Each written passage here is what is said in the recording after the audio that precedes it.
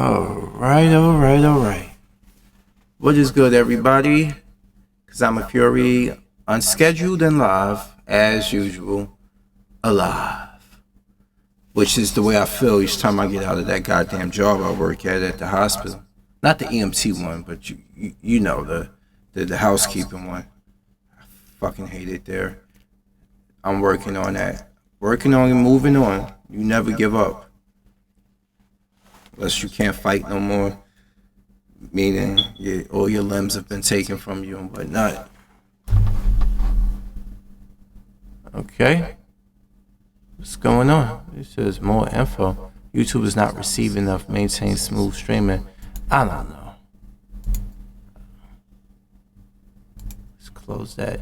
Can you guys still see me? Somebody let me know, because I see a light, but it says YouTube is not receiving enough video. Oh, hey, what's going on? How you doing? Somebody sent something. I can take this work shirt off now.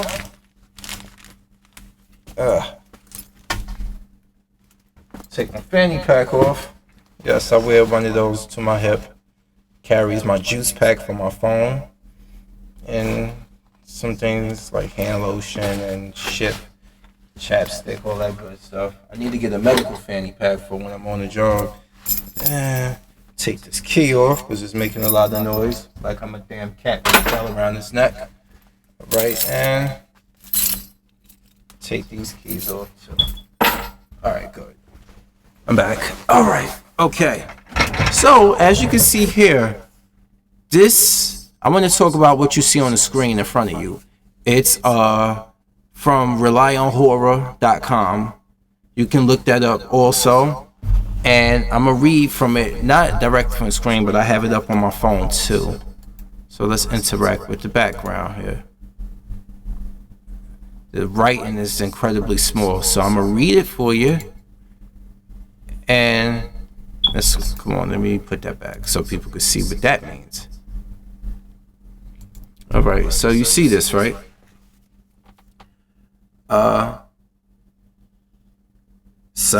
These are two Silent Hill games that are rumored to be coming back, and it lines up with a lot of things that Norman Reedus has said, and Hideo Kojima has been making hints at that. If you pay attention to his Twitter, you know he put out a tweet like days ago or a week ago.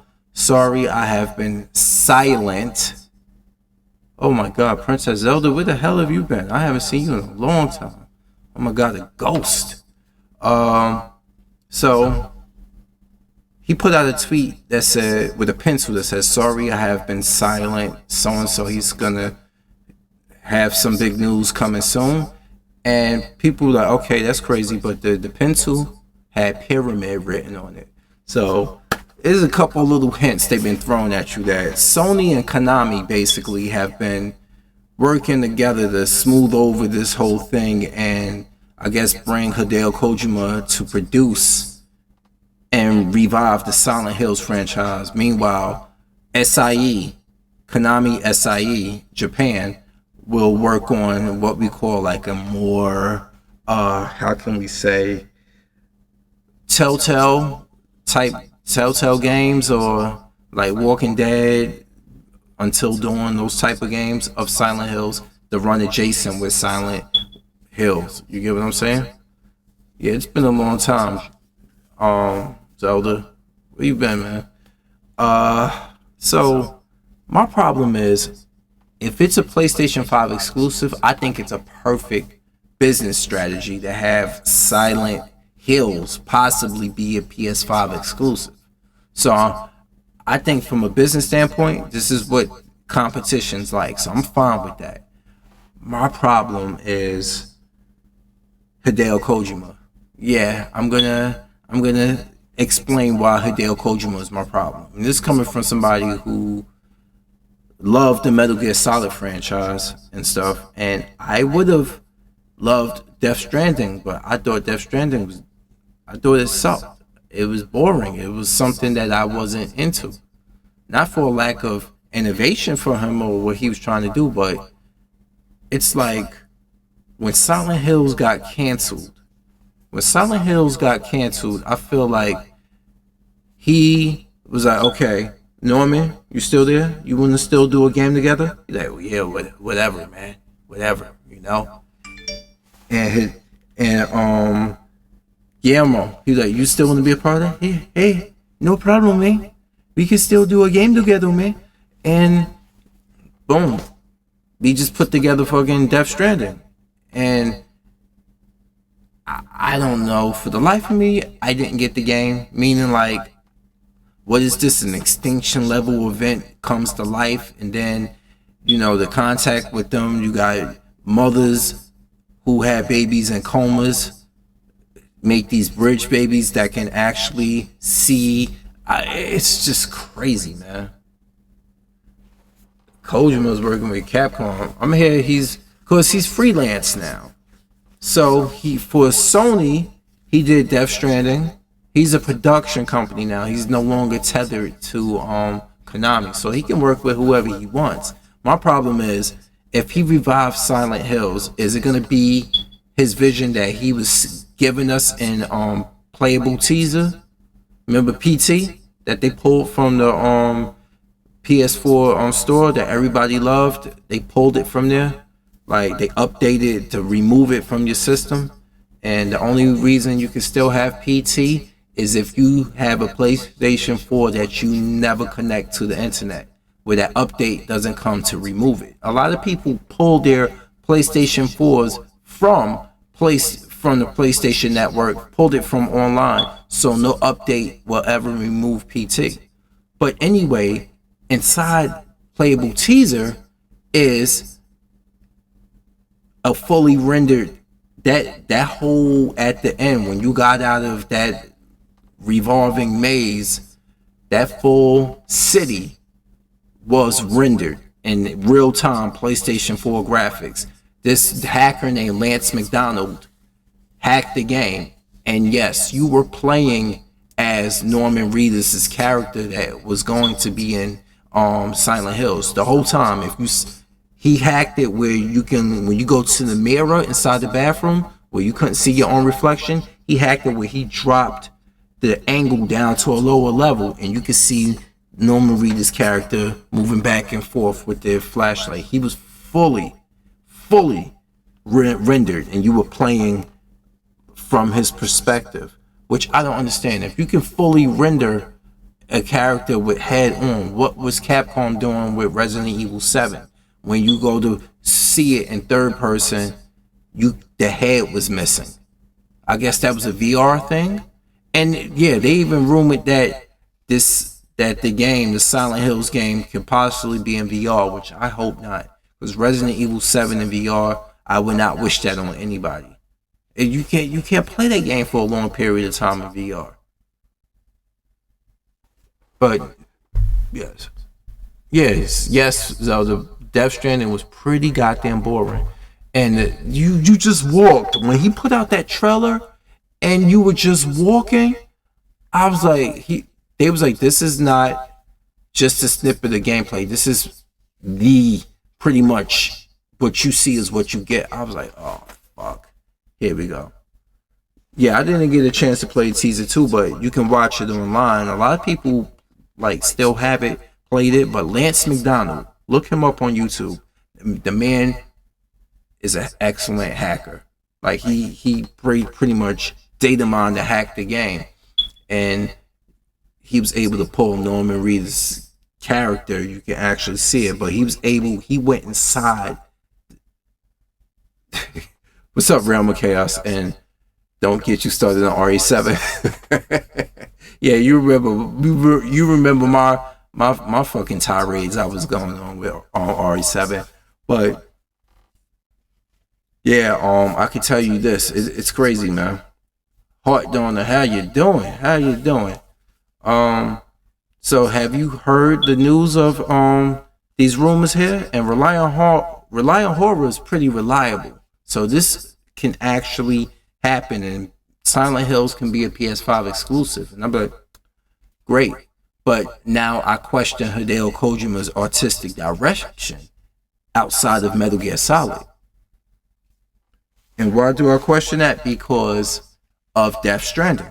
Death Stranding, I was like, is this just something he threw together for people to hold him over?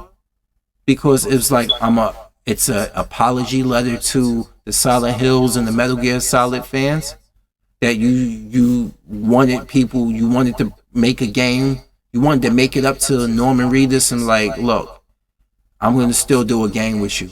Okay, it's a different game now, but we're gonna do something. We can't do Silent Hills no more, so we're gonna do this game. And he just threw together something, all the leftover plot points that he could not use in Metal Gear Solid 5 because Konami would not allow him to do it and put him on time restraints. Because you know Metal Gear Solid 5 was supposed to have a lot more to it. That game broke my heart. It was the best playing Metal Gear Solid game, but the story was lacking so hard. Chico was supposed to have survived and been a skull, an adult. Quiet was going to return anyway. She was supposed to return. There was supposed to be that final showdown with Eli, little young Liquid Snake, Mission 51, which was scrapped, and they put it out on the disc for us to watch and complete and say, we got no intentions of completing that game. Sorry. You know, that's what, that right there, how they did the Metal Gear franchise, is what made Konami Public Enemy #1. Fuck Corona. Hey, what's going on, everybody? I see Nemesis is here. Mr. King Game 600, which I still call you Legendary King Stream, I remember. And yeah, Corona, I call it the C virus outbreak. Yes, your RE6 reference. It fits. You know, since people don't want to call it, they don't want to say what it is, I'm gonna call it the C virus. Because that's that's shortened. That's what it is. C virus. But back on this whole thing with Silent Hills and the reboot possibly happening. My thing is, like I said, if Kojima does, I'm just looking at Death Stranding like this, are you serious? It's like he packed the game with a lot of celebrities to make it feel like a movie. He had Norman Reedus, he had Guillermo del Toro, he had what's the voice actor name? Troy Baker, which he's renowned in the game industry. It was his likeness, it was his voice. He had Mads Mikkelsen, he had Lindsay Wagner, who I grew up watching as the Bionic Woman. He had Lea Seydoux, and he had and a few other people who he used as face actors, but those are the most well-known five. Well, Reedus, Del Toro, because he's a renowned director, Troy Baker as a renowned voice actor, Lea Seydoux as an actress. We're gonna see her in the new Bond movie coming up. We see her in other things. She's the French actress that played Fragile. Lindsay Wagner, which everybody knows from, if you were 80s baby like me, you watched the Bionic Woman repeat so many times, you know just who she is. The story was just the story was interesting, but the gameplay was so boring. I recommend you watch the whole cutscenes theater of Death Stranding and avoid playing it, because you will be bored to tears. I'm sorry. Where's Sherry Birkin when you need her? Capcom predicted the future on RE6. And guess where you were in Resident Evil 6? You were in fucking China. You were in China. Yes, you were in China. So, in the meantime, what I'm going to do is I'm going to throw up the green screen right now. So, in the meantime, while you guys there, yeah, RE6 is coming real. Nobody's turned into viruses, into monsters, but this is how shit start. Like, with pandemics to epidemics and all this other stuff, but people going crazy on toilet tissue, and you buying it all and you ain't leaving enough for anybody. It's like Paige said, the former wrestler Paige, She's like, when you realize that you're being selfish and an asshole with this whole toilet tissue and buying it up and nobody can get none, then you price gouging. She said it on Twitter. I mean, people can't look past the fact that she did that. Her phone got hacked, but she's on point with that one. But let me throw up my green screen. Let me go get my curtain. I'll be right back, y'all.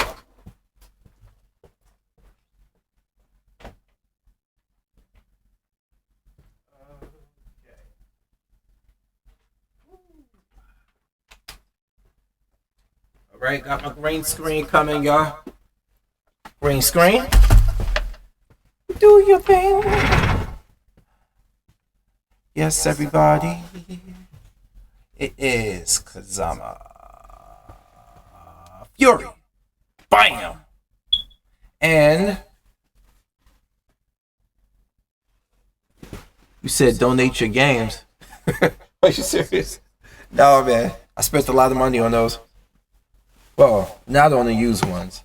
On the older ones that I bought after the fact they got old. I didn't spend that much on them. But let's put up the screen. You miss Sherry Birkin? Well, they brought back young Sherry Birkin for the remake of Resident Evil 2 and stuff.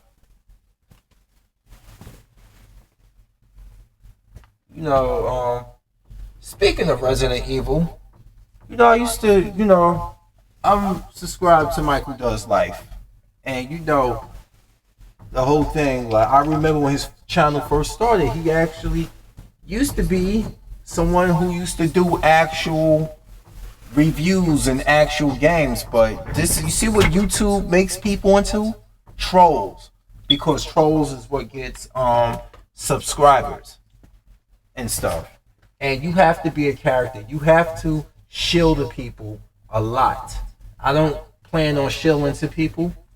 And I tell you these guys all the time, I don't plan on shilling whatsoever. So I am going to keep it real. You see everything. You see how I'm just putting up everything here now, and I ain't got no fancy productions. You said RE8. Why are you saying that the RE8 trailer of fake? Yeah, I mean, because remember the rumors on RE8 is that Ethan is going to be back, and it's supposed to have some wolf type of creature, and I'm like, oh shit, here we go. It's supposed to have some wolf creature in there, and whatnot. You see, all you need is a green curtain. All you need is a green curtain, people. And now we're back in business. You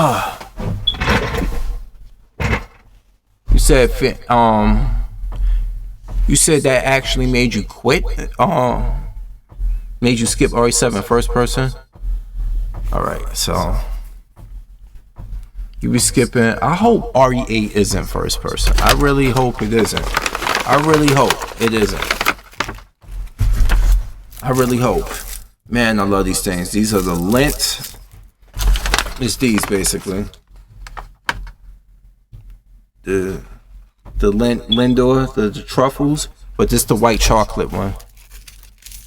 All fan-made trellis. Let me look at these fan-made trellis. Let's go to fan-made trellis.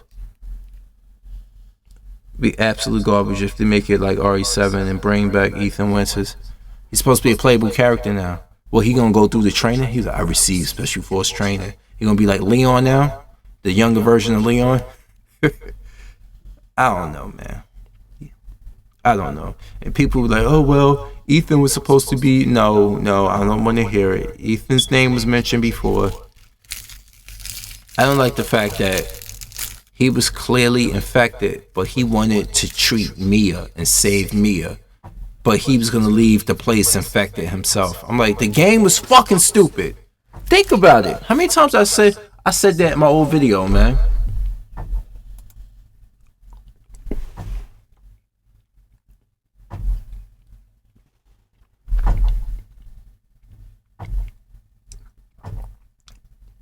Let me see, you should check out the images of the reboot of the Village RE4. Alright, let's go to green screen browser. I want to check something. But yeah, just to finish out on this thing with Kojima, like, if this is what I was trying to say to everybody, if Death Stranding is a shining example of Kojima and his vision outside of the Metal Gear Solid franchise, God help us all.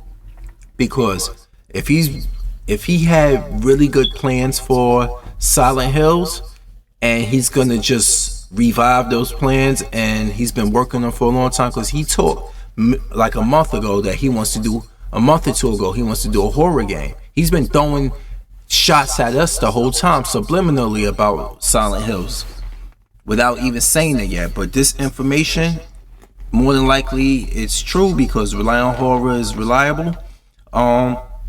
Yeah, he's been smoothing things over with Konami. Konami realized they are in deep fucking trouble right now. Listen to this, y'all. 1 second. This is my volunteer squad calling. Hello? Good afternoon, members. Due to the healthcare situation that is now going on, we must have our ships covered. We're not sure if outside agencies or mutual aid might be available to handle it. So please, sign up or call me at 973-216-2026. Again, please sign on all ships if you can. Thank you and be safe. Yeah, that's my volunteer, my EMT job about covering shifts. I mean, I gotta work tomorrow in the morning. I would cover 7 to midnight, but I have to get up in the morning. By the time I get home, I won't be able to sleep. But damn. You said, me and best friend lost interest in RE8.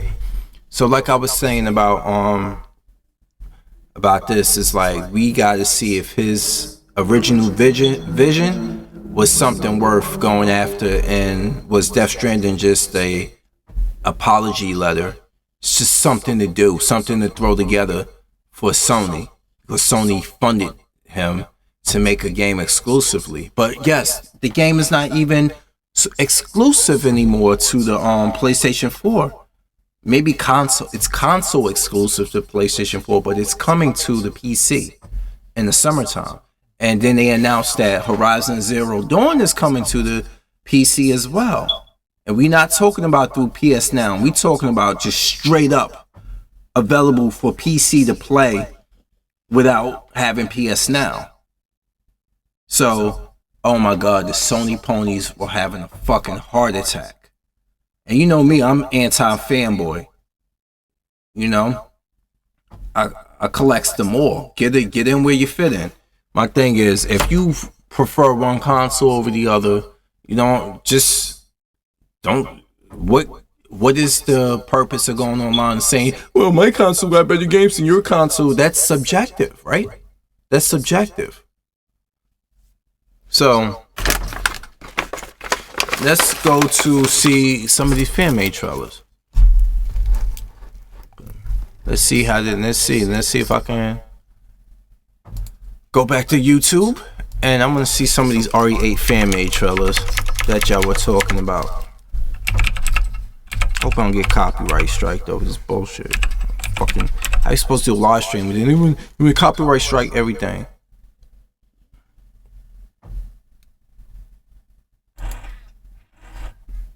Right? Let's see.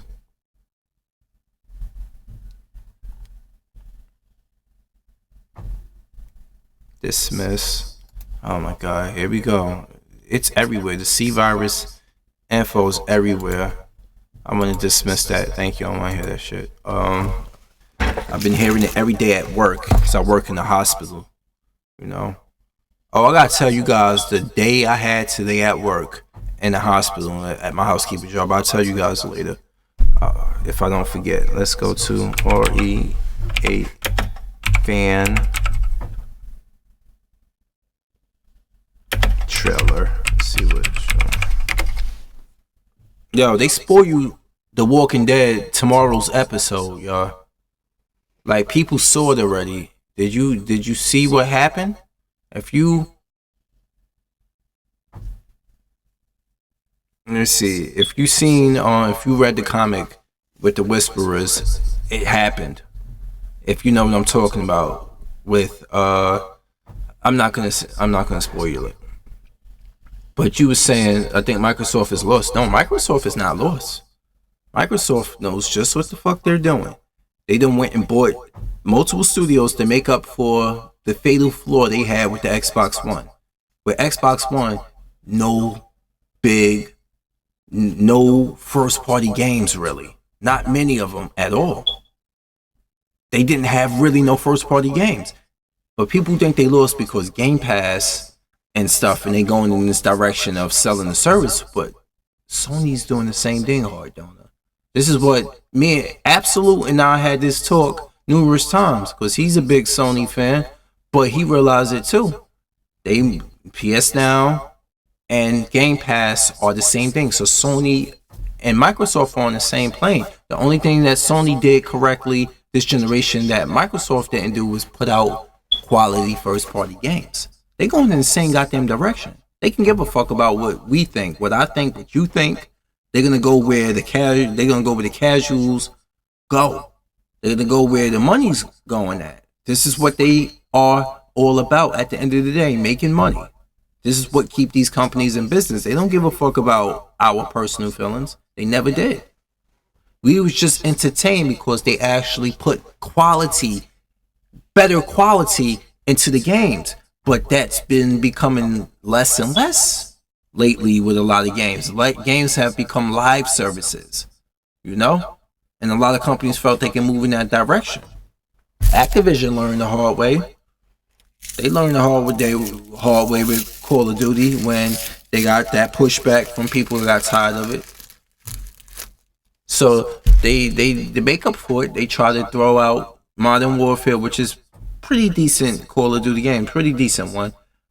But there's no season pass. You're not paying for maps. You're not paying for packs or anything. They took that away. They make up for it because they like come back, buy our games again. We're sorry. And just when they think they have you, they're gonna be like, gotcha, and go right back to charging you for microtransactions and shit again. How you doing? Oh, how you doing? Organic, the Blade Runner. New name, but I recognize your picture. Salute, man. Salute. So let me see these, you said they clickbait videos. Yeah, I see all these clickbait ones. RE8 right here. All clickbait. Fan-made concepts, okay.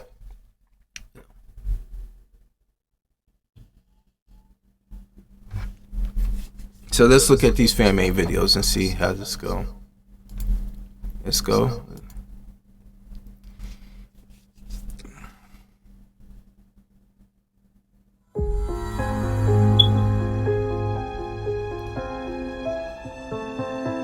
Yeah, the Modern Warfare is actually fun, but I just got to the point that I didn't want to pay for season passes to have a complete game anymore. That's why I bought Modern Warfare, because it didn't have that.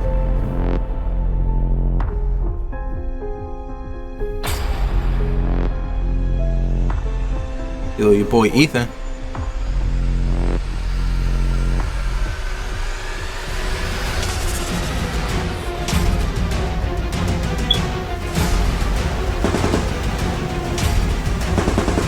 What game they took this from?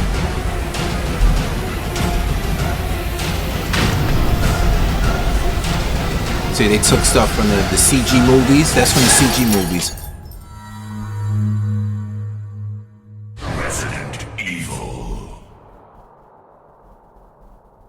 Damn, people make up pretty convincing fan-made trailers.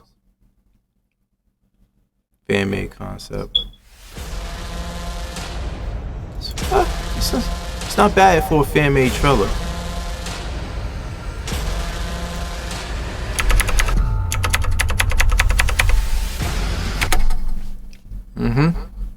You said boo Ethan, but it's a fan-made trailer, so I can't even be mad at that.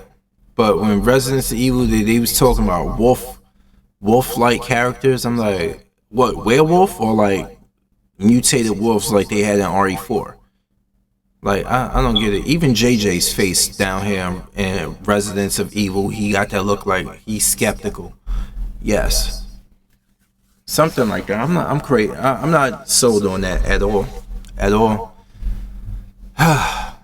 It just better not be first person. It's like, come on now. Come on. Like, everybody running the first person is boring and used. And people could start saying that about over the shoulder. But think about it. Over the shoulder is more like RE4 really pushed that engine themselves. And I told people the moment the RE2 remake went over the shoulder, they was gonna have to make the zombies difficult to kill, to make up. Because if they made the zombies one shot to the head kill like they used to be in Resident Evil with a high powered weapon, if you shot them in the head with a Magnum and RE2, their head is in pieces instantly. I told people in my old Resident Evil videos I used to do about the remake and about RE7 that if they chose to go over the shoulder versus static camera angles, they're gonna have to make the game. They're gonna have to make the zombies tougher to kill to make up for the fact that you have precise shooting. I remember saying that. I can look up the video and find it. And guess what? I was absolutely correcting what happened with RE2 remake. The zombies were tough to kill. Tough to kill. So I sat there and like, see, people, it isn't like, I'm like, okay, I'm some super genius. It's common sense. I already saw a fan-made game that these guys made over the shoulder, Resident Evil 2 remake. It was a fan-made one that was on YouTube. I don't know if it's still on there. And when he was playing it and over the shoulder, he was able to kill the zombies easily because they had the same hit points that they had in the original Resident Evil 2. So I'm like, no, Capcom's gonna have to change that. If it's over the shoulder where you can precisely shoot, they're gonna have to change it, and they did that. But a lot of people, oh no, man, oh no. I'm like, okay, whatever. You ain't got to believe me. I put my videos out as opinion pieces, but I get no points. I get no doggy biscuit. I don't get any check in the mail saying, for being right. I just want people to just fucking stop being like, oh no, don't. Stop being ignorant. Just think about it. Like, think about it. Use your, what they call analytical skills. We all have them.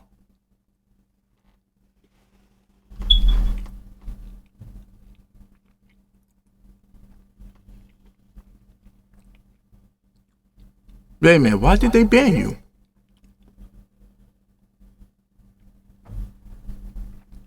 We said Resident Evil is so cringe. You said I skipped them. I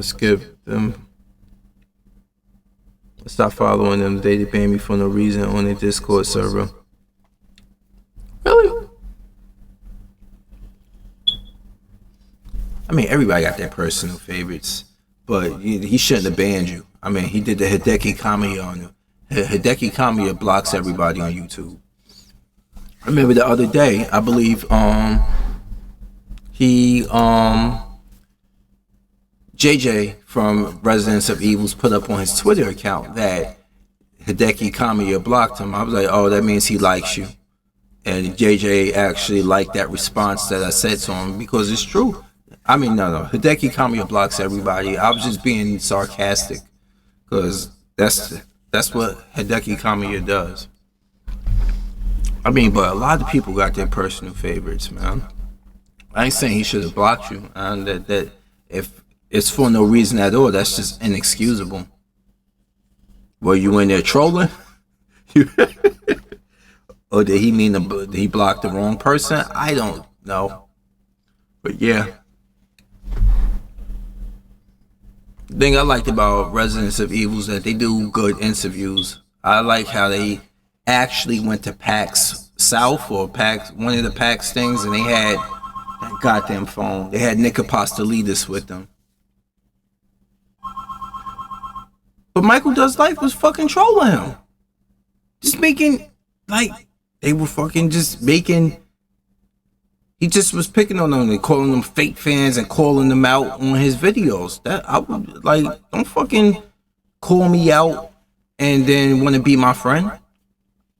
Anybody that I call out like that for hatred, like I mean, like I'm gonna basically ain't gonna be like, okay, whatever. Like some people I might still be sub to, but I'm not gonna be in the comment section that much, if at all. If I don't like Michael Does Life is getting to that point with me.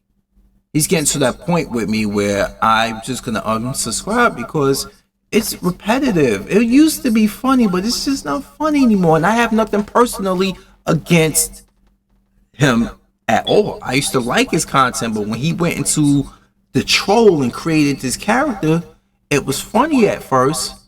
When I started realizing, oh, he's just being a troll, but then it's annoying as a motherfucker.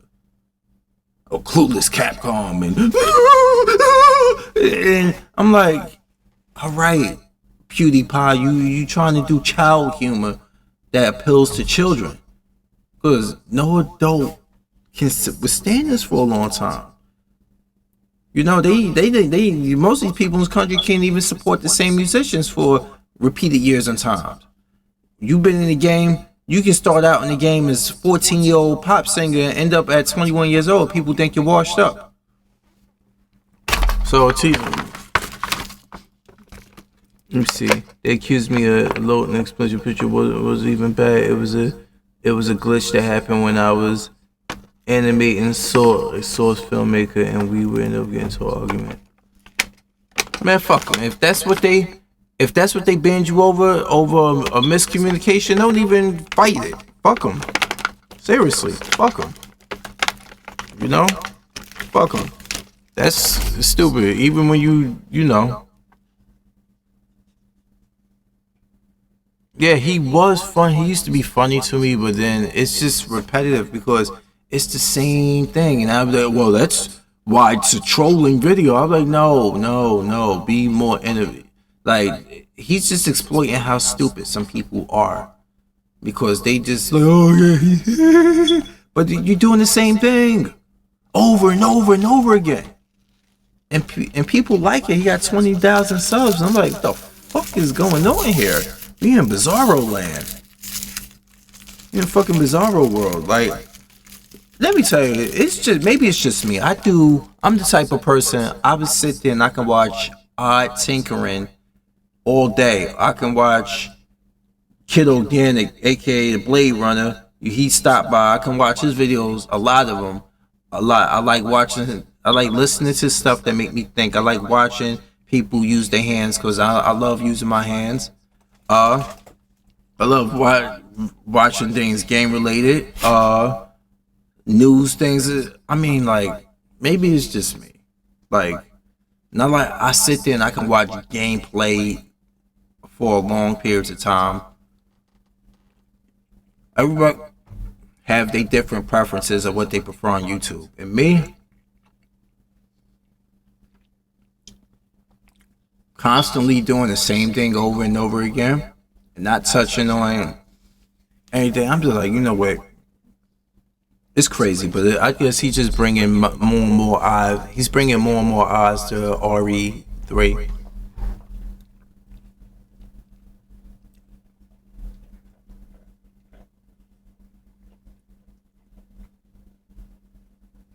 Yeah, that's my problem, Zelda. It's dull and boring. It's reached that point to me. It reached that point to me. But I guess if people find him funny, he wear the same yellow stained shirt. He does his caca, then he do the shirt over his head. It's like Corn Julio, like it's like Beavis doing Corn Julio and stuff. But I'm like, it's just not my thing. It's not, you know. The angry video game nerd ain't that angry anymore, you know. It's just things have changed. I used to. That's how I cut my teeth on YouTube. I used to watch him a lot until he got burned out, and he just was like, you know what, fuck it. His heart wasn't in it. You know why? Because he became a father. He has 2 children. He's a married man, and I understand that. You know, I get it. People change. Like, YouTube is more than life than just YouTube. And people will look at you like, well, maybe you can get subs and stuff like that. And oh my God, they messing with our money. So now we got Patreon, and they start hawking their Patreon to you. And I'm like, ah, man. You know, I set up a Patreon account, but I'm just like, you know what? What the fuck? I ain't gonna put nothing on here right now. I just thought to myself, like, I got so much life to live. I ain't gonna, like, and please. Like, I am the great Cornelio. I need TV from my bongo. Yeah, I remember. Yes, with the shirt up. Boy, yeah, fucking Mike Judge used to go in on that. But I don't know, man. Resident Evil 8. Like, I don't know what to expect. But oh yeah, E3 is canceled. So when will we hear anything about RE8? Will Capcom officially announce it sometime later on this year? Or we won't hear anything until 2021 January? I don't know. You know? Absolute MMA. Welcome. You know? Hard to tell, they quite differ from the other fans. Let me see something now.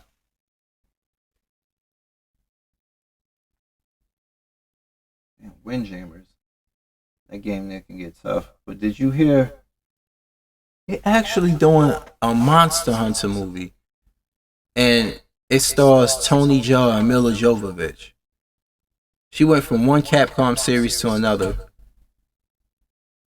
And yes. I don't know if you've seen the pictures from the set of Monster Hunter, but what's going on? How you doing, man? I'm not heavy into the Monster Hunter games, but oh man, this is gonna be crazy.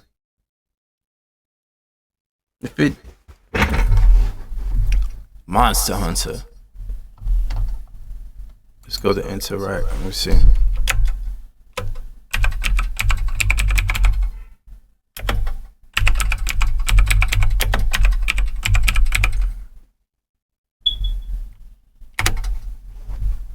Hold on.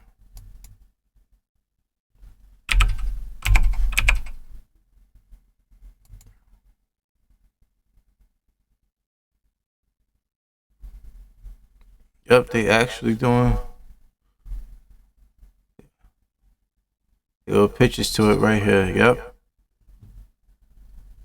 Official 2020 look. They got it's Tony Mila Jovovich and Ong Bak, Tony Jaa. Yep. $50 just to moderate a month. You know, that's a certain thing with certain moderators. You're gonna run across a few how can we say moderators who feel like they are drunk with power, and a lot of them like to flex their power because they feel like since they got that wrench, they can control the stream and stuff, and they really start to show their true colors and stuff. So I noticed that with a lot of different fan bases. I don't know. I know he hates it so much, but I can care less. You know why? Because I've seen her other movies that I actually liked her in. Like He Got Game by Spike Lee. She was good in that. The Fifth Element. What's the movie when she was I think she was married to a psychiatrist or something. I forgot the name of it. She was in a couple other movies, but everybody just knows her as Alice from Resident Evil. But she's been in a lot of stuff. And how old is she now? Oh, she's going on 45. She's my brother's age, actually. She's 3 years older than me. Yeah, it is hard, don't it? It is officially cancer, man. Officially cancer. Yep. And damn, I got all this stuff I gotta throw away around me. So let me see. Monster Hunter trailer preview.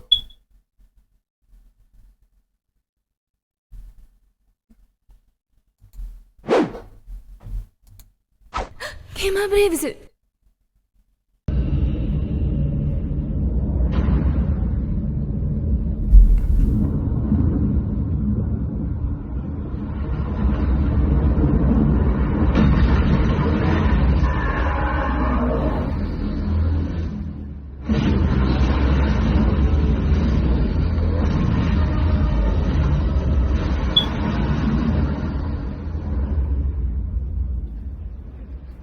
Yep, it is real. Hey guys, if you like our content, do like and follow our page. It's real. So it is real, huh? I see.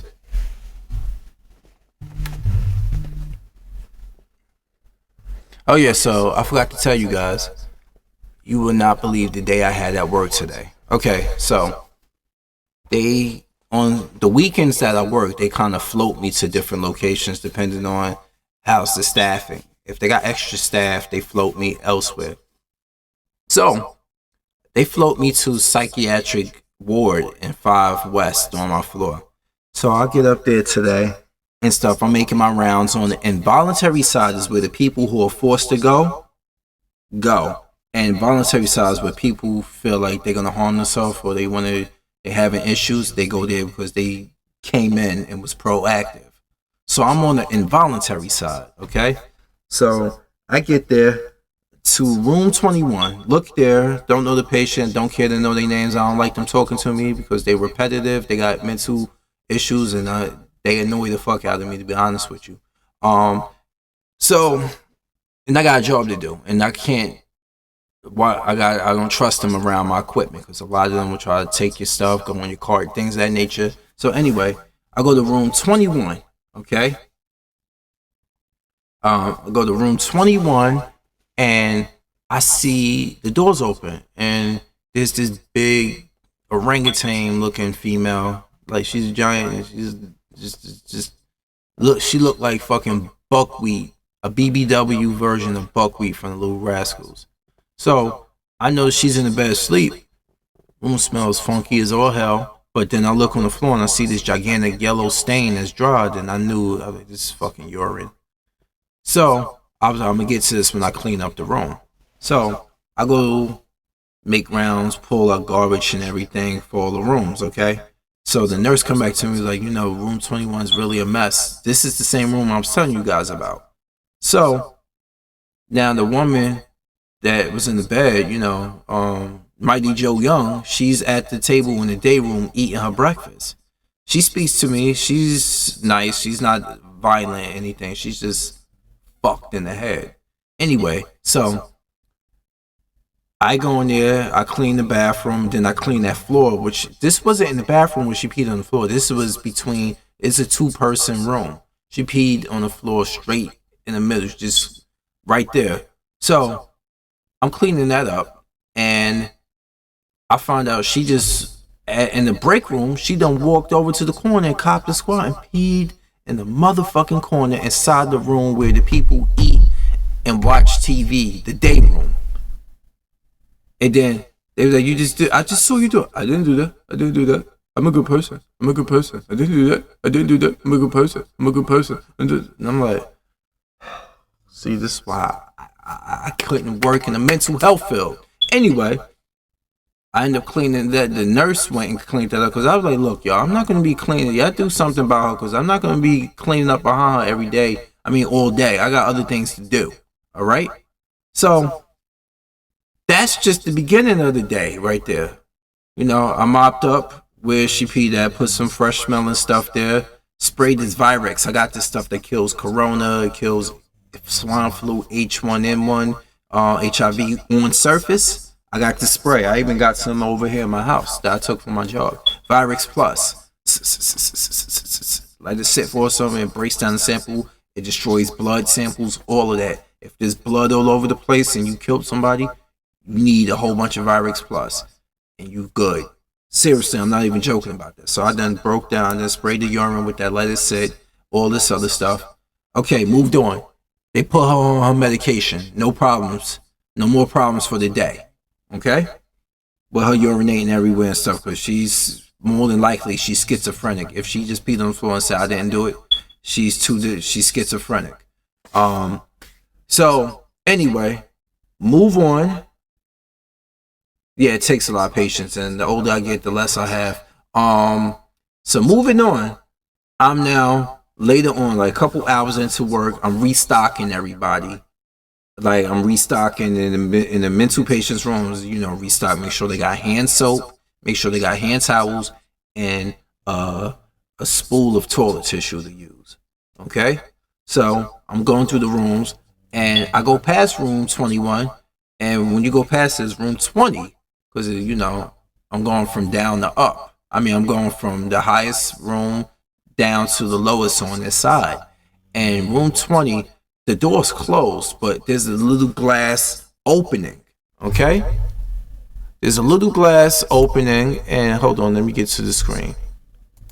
There's a little glass opening. Okay, and I'm walking by. I was about to open the door, but I look in that glass, and guess what the fuck I see? There's a tall, like a 6'4" white dude. He's laying on his bed. He twig and berry straight out. I was like, I just kept walking right past. I was like, hey, yo, Patrick, to the one of the mental health workers in there. He's like a PCT / mental health worker. I was like, yo, homeboy beating off in there, man. He's like, yeah, we just pretty much let them do it. You know, they in here, they here against their will. We pretty much just let them have that. I'm like, oh, the fuck, what the fuck, what the fuck. So the day goes on. Okay, now I'm on the voluntary side and I'm restocking stuff. So I go into a room and there's this woman. She's a crackhead or whatever. She's tall. She's about my height. She's about my height. She's pretty damn tall. So she already done pull her mattress down to the floor in the middle, and she's sleeping between the two beds, but her mattress is on the floor. So I'm like, hello, housekeeping, you know, and stuff. She said, what are you doing here? I was like, I'm here to check to make sure you got enough toilet tissue and stuff. She's like, in here? I was like, yeah. I was like, yeah, in there. That's the bathroom. She said, oh, okay. So she's like, I go in there to check that, and when I come out, she's laying on the floor. She opens up, she lifts up her shirt and starts. I ran right the fuck out the room, bro. Right the fuck out the room. This is the same female that accused one of my co-workers of some shit before. But anyway,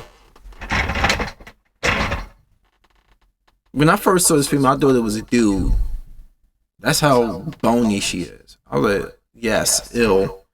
But you know, one of the saddest stories there is seeing somebody on the voluntary side, and she was a very pretty girl. She gotta be in her mid-20s. Very beautiful girl, but I tell you, the beautiful ones be the most fucked up in the brain sometimes too. Because she was in the voluntary side.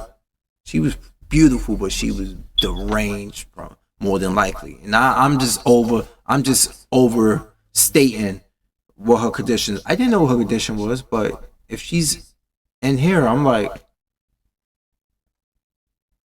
but yeah, that was my day. That was my day. I was like, fuck, please don't put me back here tomorrow. Please don't. I'm saying that when I go back in tomorrow, Sunday morning, I do not want to be back in there. I would rather have a Rottweiler chew my arm off as I watch paint dry. Fuck. Anyway, yep. Yes. I don't want to be in psych. I don't want to be there. These people are going to make me end up in there. I have to beat one of the asses. Because I remember a couple months ago, one guy didn't know my name, one of the mental patients, and he said, hey, boyhead, hey, faggot. I was like, excuse me, what you call me? He's like, I don't know your name, man. I was like, my name is on my tag. It says Kareem, all right? You ain't that far going to get your ass beat. He's like, yo, you can't talk to... The one of the guys was like, yo, they got issues, man. They don't know no better. I was like, I don't care. I ain't got your patience. Don't disrespect me. These people think a lot of them know they got issues, and they hide behind that, and this is why a lot of them end up on the street with their fucking eye bust open, and I have to come patch them up as a goddamn EMT and bring them into the hospital so they can bum off the hospital some free juices and half-ass dry sandwiches. See, I work two sides of the spectrum. I'm the people that bring these people in from off the street, and then I'm the person who cleans up behind these motherfuckers. I am so burnt out, bro. You don't understand. I want to do one, not both. I want to be a Sith Lord. Only a Sith deals in absolutes. I want to be an absolute EMT. I do not want to be an absolute. I don't want to be both. The next progression after that is a paramedic or a nurse. I'm done, dude. So that's my day I had at work. You know? If you're watching and stuff, hey, please hit the like. Please hit the like button, please, you know. And stuff. It helps. You know, studying the algorithm bullshit, it really does help. But what a day I had, y'all. Oh yeah, I need a vacation. I need money for a vacation. You know, it'd be killing me. I'd be on these dating profiles and these women be like, oh, I like to travel. It's like, I'm like, that's all you care about is traveling and putting your ass in the like, and taking pictures of you on that ass? That ass. He like that big old butt. Yeah, you like organic says you gotta put that W into it, that butt. Yeah. I'm like, a lot of females like, oh, you know, I think travel. I love to travel. Passport. I ain't got a passport. To be honest with you, you know, they think less of you when you don't travel. I'm like, you know what? Just because you are a black female and you travel outside the world doesn't make you fucking special, okay? It doesn't make you special that you travel all over the world. It don't. It really don't. Because I know a lot of women who are well traveled, but they insufferable cunts. Yes, insufferable cunts. Oh man, and you know what? I miss Chris Marinos. Did he go to the army? Didn't Chris go to the National Guard? One of them. I hope he's doing well. I don't know if he can watch any of these ever, but I hope he's doing well.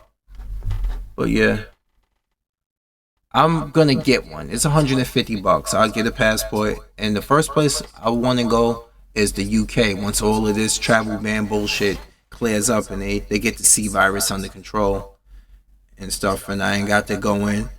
I ain't got to go over to UK like Leon Kennedy with my 2 guns on my holster and stuff.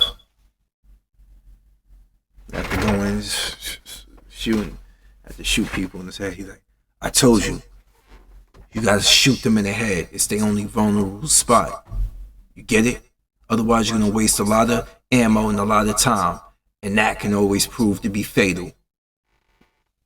What movie is that? Where's that from? That Leon Kennedy said that from? Otherwise, you're gonna waste a lot of time and a lot of ammo, and that can always prove to be fatal.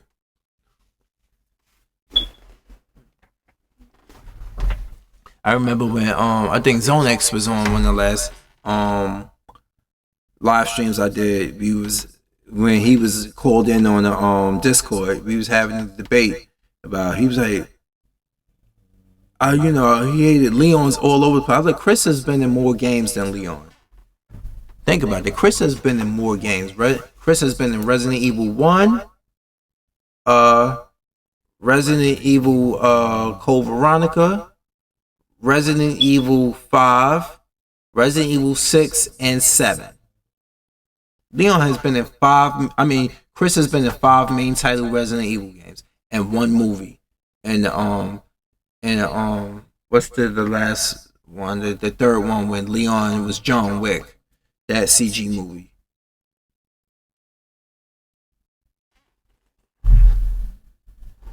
Yeah, I think Leon has been in Resident Evil 2, Resident Evil 4, Resident Evil 6. That's it. Those are the 3 games Leon been main story. And people that remake, I'm like, yeah, but it's still Resident Evil 2.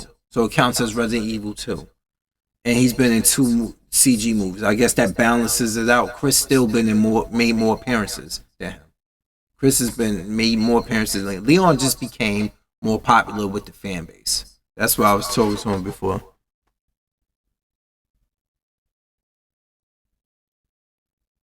Yeah, I don't like that either. Like even in forums, like on Facebook, when they have those closed forums, we got people moderators who are drunk on power, and they could just, I call it bully pulpits. A lot of people have video channels where it's bully pulpits, where they come across as ignorant to their beliefs, They don't want to hear nobody else, especially DC fanboy pages, people who do movies and things of that nature, but they turn out to be DC fanboys. Oh God, DC fanboys are the worst.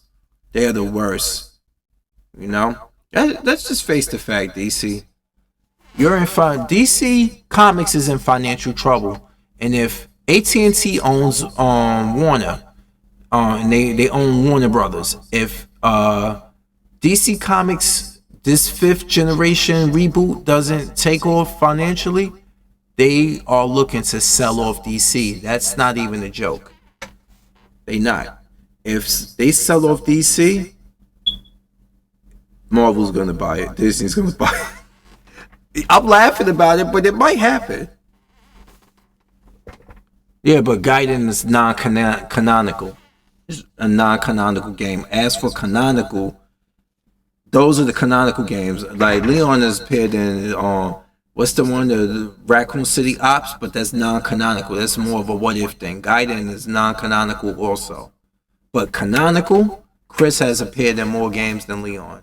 Leon have appeared in more CG movies than him.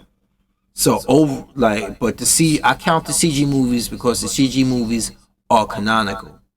They are part of the main storyline.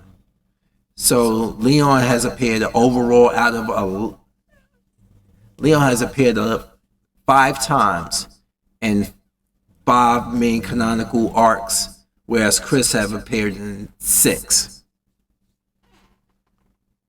Oh, Superman fanboys? Yeah, forget about it, man. Forget about it. Superman fanboys killing me with it. Like, well, he then who's the one that was doing the Death Battle? Well, you gotta understand, Superman is always as powerful as he needs to be, and this, that, and I'm like, I was shocked when One Punch Man defeated Superman. I like, you know why they did that? Because they got a lot of flack for Superman beating Goku twice, which is stupid. But you gotta understand, Goku, I was like, they 2 different universes. Goku was shot through the chest by that alien and almost got killed. I was like, well, Superman is susceptible to magic, okay? And I was like, it's just, like, think about it. On a strength level wise, there's no way in hell. No way in hell. It is. If you seen Superman struggle to bring down an airplane, I know it was a lot of velocity and speed and whatever, but he struggled to bring that shit down. And Superman Returns. And look at Man of Steel. On Batman v Superman, when he was actually, that movie there depressed me, man. Batman versus Superman, that movie really depressed me for the simple fact, when Superman was saving people, he felt he had the most unsatisfied look on his face, like he's just doing it because it's expected of him. He's trying to make people like him, and he was like, I don't really want to do this. I really don't want to do this. He's like, oh, I saved this girl, but I heard her cry I saw it on the news, and I went and saved her, and people looked at me as a god. It was none of that Boy Scout feeling like, oh, thank you, everybody, thank you, you know, like, hey, I'm just one of you guys. Take care. Whew. None of that. He's just like,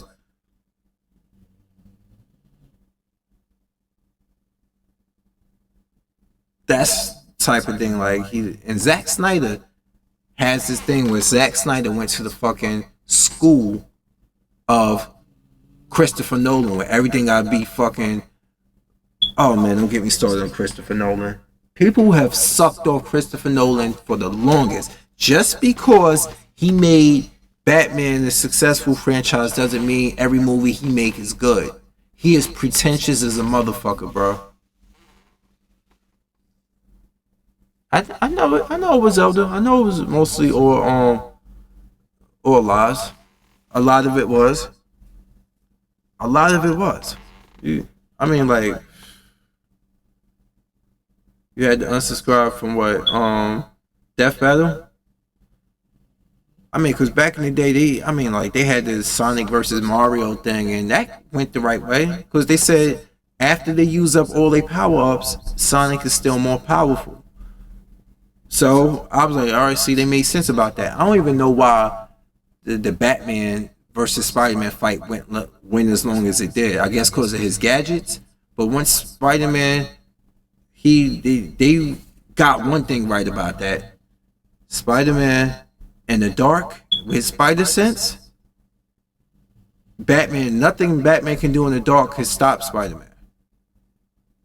Unless he hit him with that chemical that Spider-Man, that people with Spider-Man powers are fucking definitely allergic to, but he have to prepare. I hate Batman fans who say this shit, man.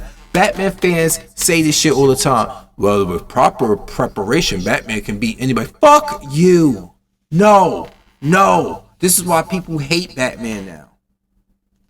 And then DC wrote him, and they had, I forgot which comic it was, and he was like, yeah, I can't, because I'm the goddamn Batman. I'm like, they even wrote him to be arrogant. I forgot what arc this was recent. I'm like, man, please. And Ricochet, the wrestler, Ricochet, he brought up this point, which was absolutely correct. A lot of people make Batman greater than what he is. Well, with proper preparation, yes. I'm tired of hearing that shit, man.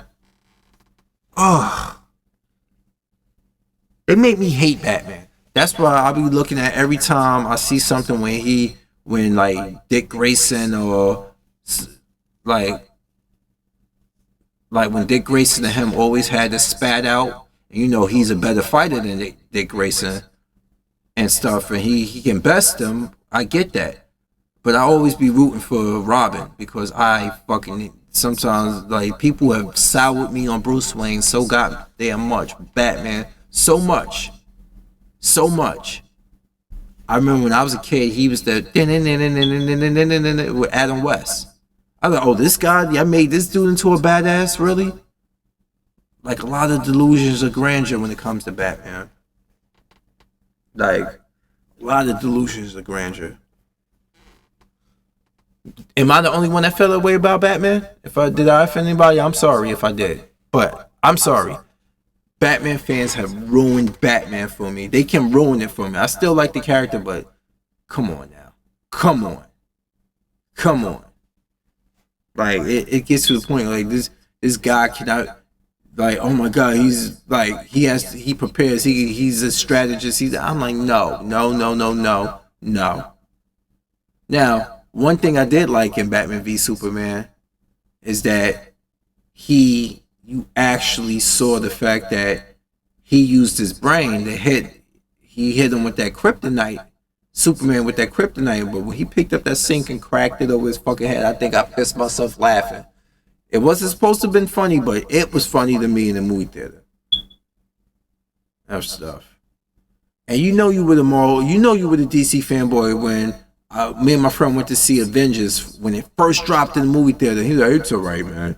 It's tough. It ain't as hardcore as DC. It ain't like The Dark Knight. I'm like,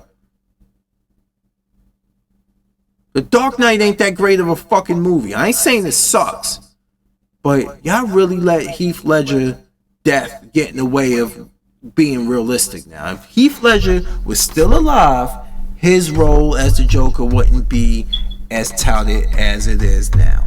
I ain't saying it was a good performance. It was a good performance. But come the fuck on. What about Batman? What about Christian Bale derping his way through the second and third Batman movies? Huh? What about...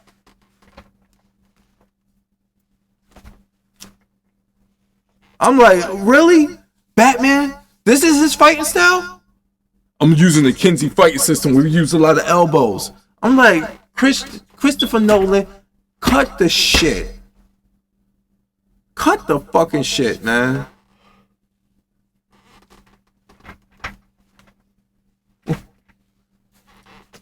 I'm like, can somebody make a Batman suit where he can actually fight in it? Jesus Christ. Batman suit that they have too many writers and they make the characters so... Exactly the point right there. It's exactly what it is right now. Exactly. I'm sorry, but that KC fighting system, I really did not like for Batman. If you look at the opening scene where he breaks up the Scarecrow fighting thing, and I'm like, he's doing that stiff turnaround elbow and stuff. You're the one wearing hockey pants. I'm sorry, my favorite Batman movie of that trilogy is Begins. Fight me. I can't, man. I can't with the DC fanboys. I can't. And, you know, what was the craziest thing is, remember when Martin Scorsese said what he said about Marvel movies not being quality cinema? And you could tell the DC fanboys saying, well, Joker is stuff and so in this quality cinema. I'm like, now you're using his talking points, right? But then they released another thing about the interview. He don't know Marvel from DC. He just don't like superhero films. And guess what? The DC fanboys that was using that shit were quiet as a church mouse. Quiet as a church mouse, y'all. Fuck. It's crazy, man. That's why I don't, like, at this point, I don't hear anything from Marvel fanboys at all. You know why? Because they just support the shit. Not all of them like everything, like, oh my god, it's the greatest ever. You know? They did a lot of hoop hollering, bitching, and complaining about Captain Marvel.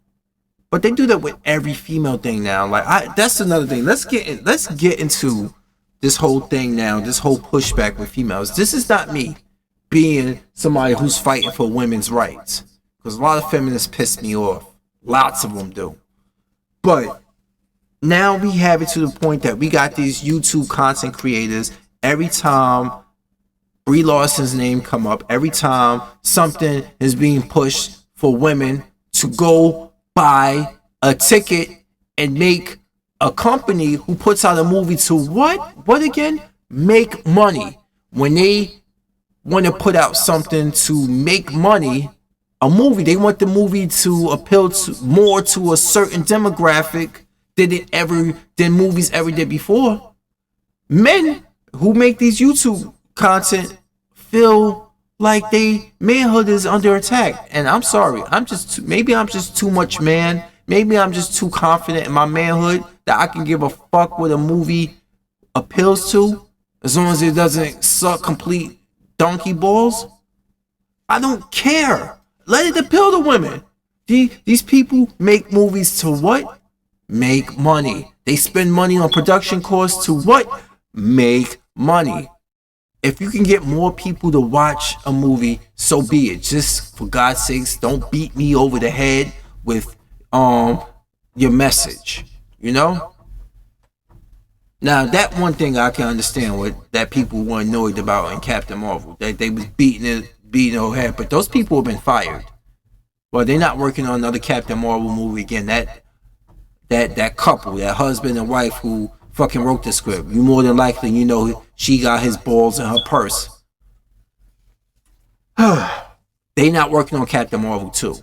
But I did a video speaking of Captain Marvel. Boy, they better bring Rogue into this. I hope they bring Rogue into this, and Rogue touches her too long and gets her flying powers, the power she had in the comic book that made Rogue popular, that strengthened the flight. I really hope that happens, man. They got to get Rogue right, but I don't want to be. I'm no hero, y'all. I'm just speaking my opinion. I'm just like, it's just crazy. Like, now I understand if a movie beats you, like I said, if it beats you over the head with its messaging, I can see how that's annoying. But I'm not going to be online talking about it, because these women like that shit. They like when shit get under our skin as men. They like when stuff get under our skin. You know why? Because that means they got our attention. But if you see it and you're like, oh yeah, that's forced, and just keep it moving, and don't complain and whine about it like Geeks and Gamers, the Quarter in fucking Yellow Flash 2, and all these other dickheads online, they're not going to continue to do more of it. You know why? It's like this. They make something like that, men complain about it, make a whole bunch of subject on it, which brings more eyes to it, which make women more interested in it because they just want to support it to spite these men. They need each other. They fucking feed off of each other. They feed off of each other's negativity. That's what it is. They feed off each other's negativity, and they don't even realize it. Was they one just wants to be right and control the other. But you know, Humble don't get me nowhere hard. Yes, Young Ripper, that bastard.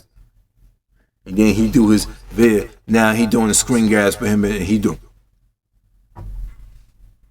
Now I see my boy who I follow. He's doing that same shit too. I'm like, or the Nintendo fanboys when they do their video, they do their screen grab and they. I'm like, and it's green screen behind them and some other stuff. I'm like, bruh, you a grown ass man. Close your fucking mouth before somebody come put their dick in there on the down low.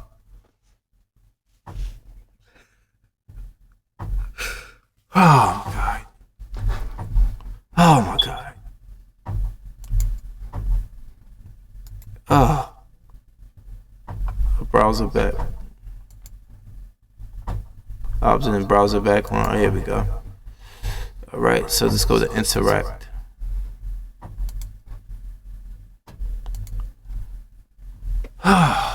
Yeah, I don't like those, yo. Let me see if I can show you an example of that with dudes with their mouth gaped open and stuff. Let's just probably put in Nintendo fanboys.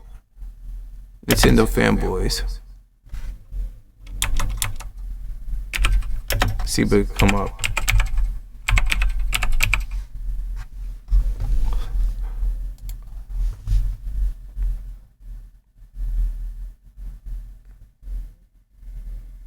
Let's see if I can find the right one. Look at this nigga. A black woman made a video making fun of Nintendo fanboys. Look at the dude with the Yoshi hat on. I'm trying to find somebody. Yo, look at these. Look at these. Yo, these dudes are weirdos, bro. Fuck. Shokio. I remember Shokio was making fun of the fact that a lot of people were getting upset over that fucking petting thing being removed from Fire Emblem. Remember that, right? Where you can, on the DS version, when you can touch the screen, you can stroke her hair and she, or you do it to the guy characters and they want to kiss you and shit. I'm like, are you fucking kidding me? That was removed from the American version. And the fanboys were upset, and Shokio was making fun of it. Like, this is some weirdo shit. Here you go, look at it. Look at the screen grab right here. Oh, the Asian dude with the glasses. Look at this. Mouth open. All I need to do is to capture this and have like a thing just go right into his mouth. Look at that.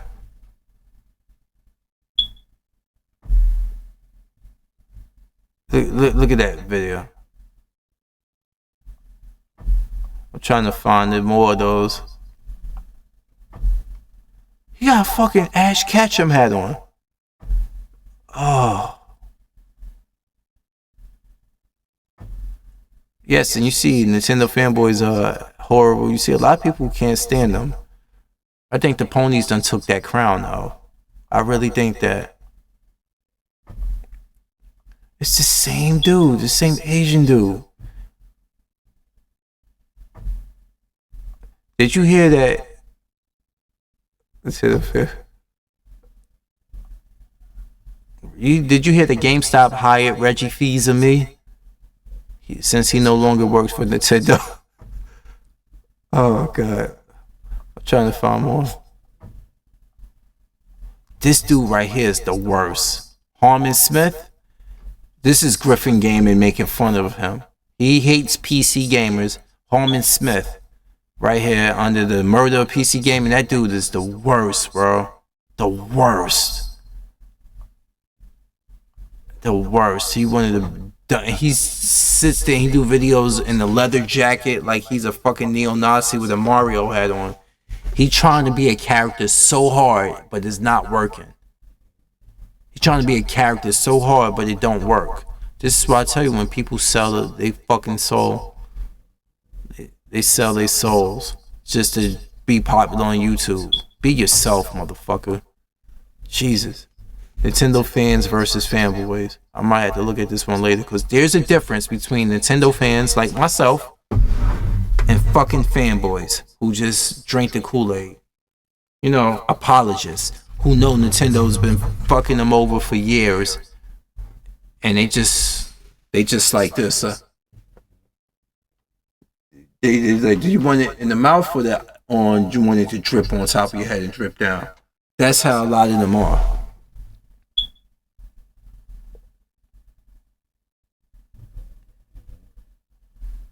And that's right. When Nintendo, let's not forget, y'all. When Nintendo was, when the Wii U wasn't doing that great, a lot of the Wii U fans, Nintendo fanboys, were hiding under. They were hiding in the shell like the damn Koopa when you jump on. I mean, like the fucking turtle when you jump on their head on Super Mario Brothers. They were hiding right in their goddamn shell. You know, this is the last serious console they made that was a straight up gaming console was the GameCube. That's why I still got my buddy right here. You seen it, the Indigo one.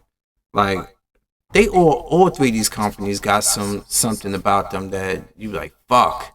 But I like how they all get online and clash with each other as if their fuck shit isn't as worse as the others fuck shit. You know? They get online and they start that nonsense, and I'm like, it's crazy. Like, I don't see it. I really don't see it at all, y'all. Ah, man. Sit here for a couple of seconds unfiltered. That's right. I made use of my old camera that actually still works perfectly good. But then I have my HD camera right here behind my green screen. I had to delegate it. As you can see, my microphone stand right here. I have this old computer down here. My Tatsunoko versus Capcom arcade sticks. I got 2 of them. They came out for the Wii. So, yep. Let's go back to here. And I'm back to this camera here. You know, I ain't trying to be too extravagant, too fancy. I have a desk I built myself and things of nature, but I'm about to go into rebuild mode because I'm gonna fix this up and I'm gonna do better. I'm gonna reconstruct this and make it even better eventually. I put this together out of nowhere with cheap wood. I want to go back and make one with stronger wood so I can have a higher quality and stain. Or I might just buy stuff from IKEA and custom frame it to my area. I want it to look a little bit more lively, but I might be going through a redesign down here completely because I might be getting like more things built into here, and I need to make room. A lot of this stuff needs to go. So I have a lot of classic strategy guides that I might be putting on eBay to sell for people who are into it. I sold a strategy guide to a female and Brady Game strategy guide to a female in Australia many years ago on eBay for Grand Theft Auto what's the one? Vice City. Because I used to work for a game store. I used to work for EB Games before they went under. And I have plenty of strategy guides, y'all. Like for things. Let me just show y'all what I'm talking about. Let me switch back to this camera so you can actually see what I'm talking about. Alright, inside here. Give me a second.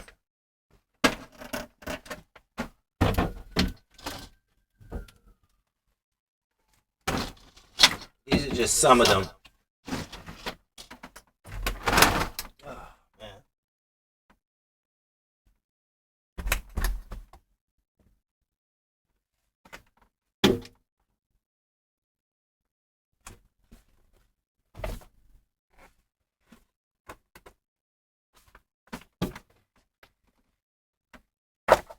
Just give you an example of some of them right here.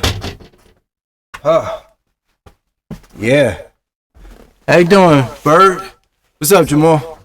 I don't like that you be coming to my live streams and you don't be participating, bro. You gotta show your boy love. Show me that Mississippi love by way of Texas, bro. See, look. Now, let me switch back to my normal camera here. All right, cool. I have a Dino Crisis guide, pretty decent shape. Versus books, Dino Crisis. See? Look at that. Not that bad of it. Not that too bad of shape. This is strategy guide. This was an era where there wasn't computers. This wasn't YouTube that had playthrough videos. These are collectibles now. But this was like the official perfect guide right here for Dino Crisis. It got posters in it. Look, just how they used to come, y'all. Look, it got a poster in it. I did not touch it. Pull the poster out. It's still as is. And it tells you different suits, basic training. All right, that's one. All right. I know, you just got off. I know. It's all right, man. And then check this one out here by Brady Games. My friend didn't like Brady Games books too much. My friend Demetrius. But look, Zone of Enders 2. I gotta get this game, the second runner, because I don't have it. I only got the first Zone of Enders. Yeah, I do. I had the first one. I gotta get this game now. Zone of Enders 2, right here. Book. I want to sell them, man. I really do want to sell them. That's why I'm showing people right now how many I got. I want to sell them. But look at this, y'all. Look at this, y'all. Resident Evil Remake GameCube strategy guide right here, y'all. If I got more than one of these, I'm gonna sell it, definitely. Yes. And it got the poster in it too. I believe. Oh god, is it getting so old that it fell out? Oh no, that was just a spoiler part. It's not a poster, but yeah. Maps, everything in here. Blow by blow. GameCube one right here, yes. That one there. It got a little bend on the edge of it, but I won't be selling it for much. I just want to get them out of here. But look at this one right here. Double one by Brady. Resident Evil 2 and Nemesis strategy guide together right here. Matter of fact, let me update some things and more info. Yep. Let me go to edit. I'm gonna check something. I'm gonna change something.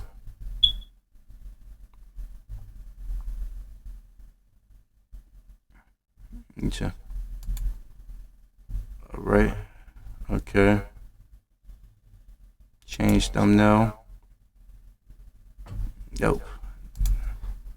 Let's hit save. All right. Just want to get back to it. No, I don't think they make not many strategy guys, because the internet age has changed that. But back to this. Just don't go to, yeah, I ain't going to the bookstore. Fuck them. I sell the people as they need. I got Nemesis, the original Nemesis, and Resident Evil 2 together. Right here. Boom. All right. Then look at this one here. I don't know if you ever been into this one.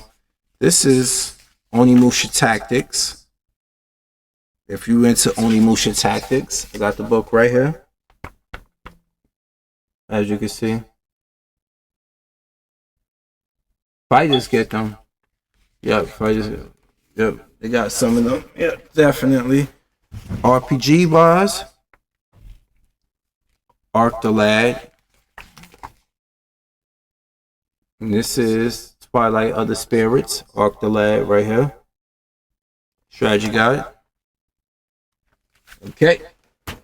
And this one here, look, for a whopping 1 cent. Xenosaga, which is good because why? I have Xenosaga right here, yeah.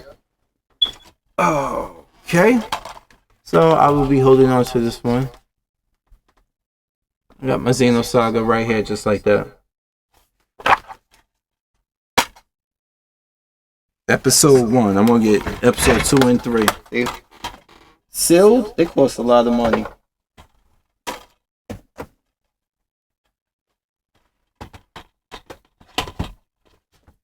Okay, back you go.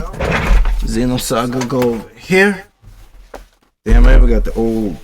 Oh, this is an old Game Informer. That can go recycle bin. Okay, then I have this one right here, yo. Final Fantasy X. Strategy guide, very thick. Brady one. It is thick. Thick like I like my chicks, but not obese, please. You know. So check it out. And it tells you different characters. It tells you they hit points, their silence, darkness, immune. It tells you all of that right here. So you can know how to strategize and use that again.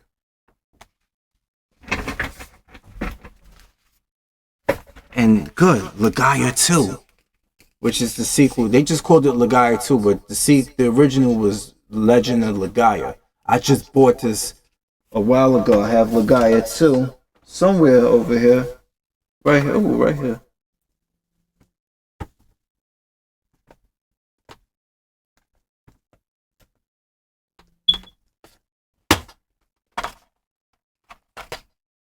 There we go.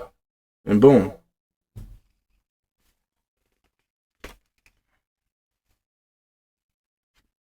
Yep, Legaia. You go back over here. Boom. And then look, I just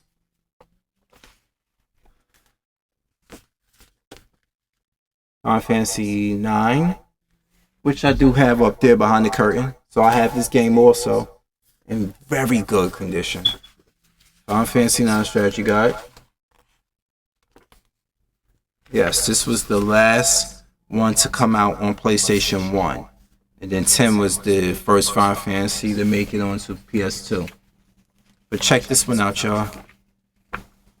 I have to, this last one I got in my hand before I go get the other bundle. I gotta show you, hold on.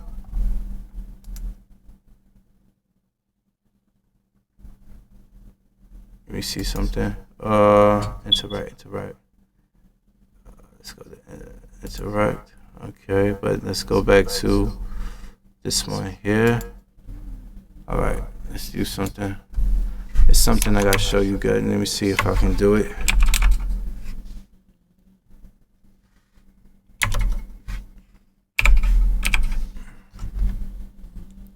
Give me 1 second.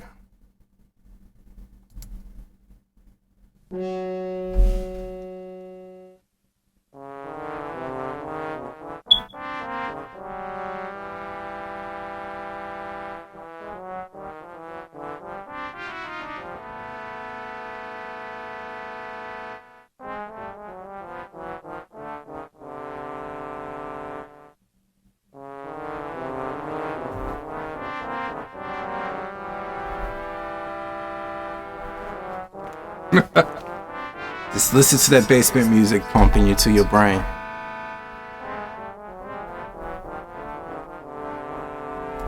Yes.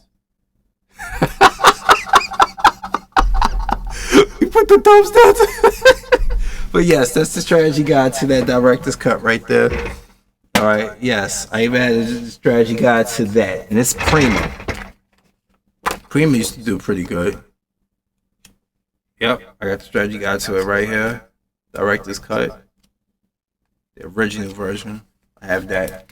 That's the first slow. Let's see what else I got down here.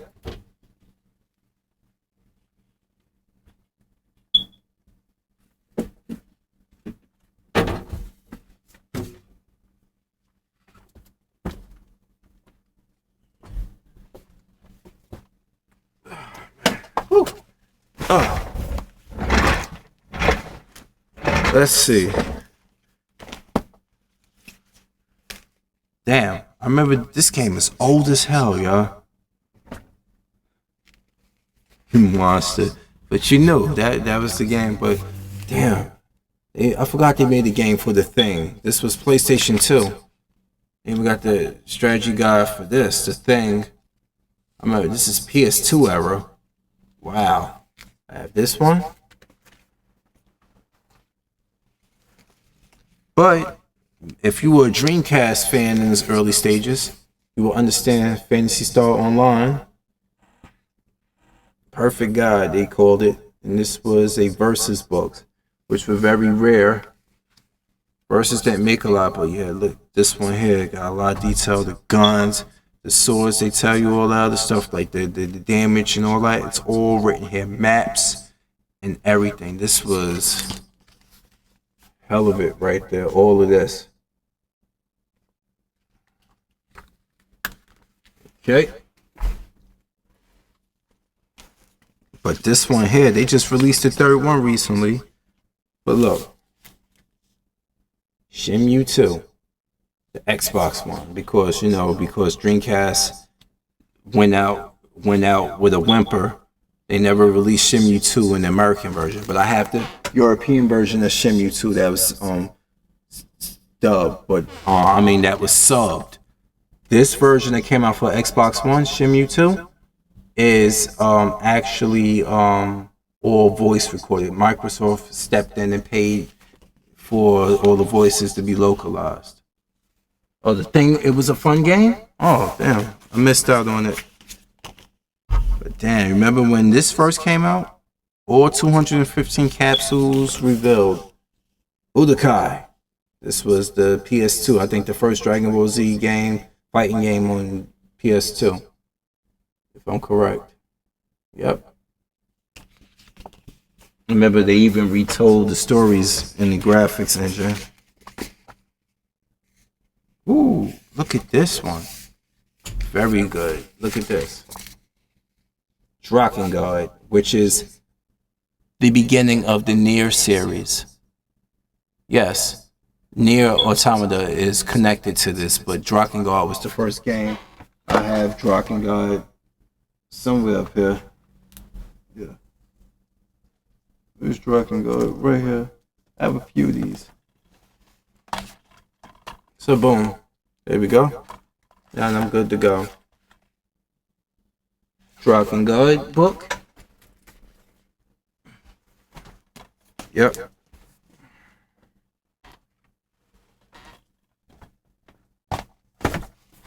And then, let me see what else I got here. Ooh. Check this out. Damn. This was fun. This is Nightfire, 007 Nightfire. And I remember the theme song was done by one of my favorite singers of the early 2000s, Estero. She did the song Nearly Civilized. That was the Bond theme song. But yep. Never could get your hands on Drakengard?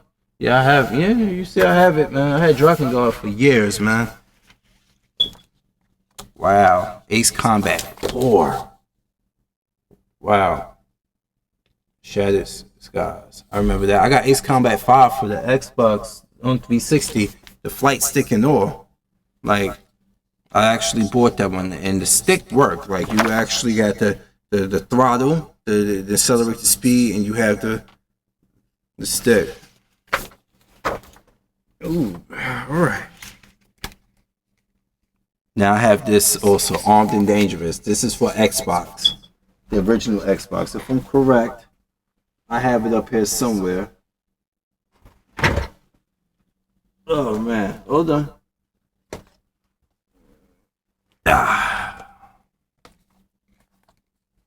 Yep. Armed and Dangerous. I have that. And we got the strategy guide for that for Xbox. This was actually a funny game, a good game, but it was funny also at the same time. Because it was one big Star Wars joke in there that had me on the floor though. Remember when he cut open the animal to put Luke in there during Empire Strike Back? They did that on there, but I think he was trying to ram him up the animal's ass. I was crying though. Alright. Let's see what's next. This is an art book. The Art of X-Men. Snake Eater is the best James Bond song ever made. Yeah. Oh, this is just the art book for the X-Men movies. Whoop-de-doo. X-Men 3 suck balls. This magazine's. Oh, this is a magazine. Oh, damn. Look how old this magazine is. Look who's on the cover, and it's during episode 3. It's Hayden Christensen as Anakin. Who you heard his voice in The Rise of Skywalker. You heard his voice when all the voices of the fallen Jedi before was coming to her. You heard Anakin Skywalker's voice, Hayden Christensen.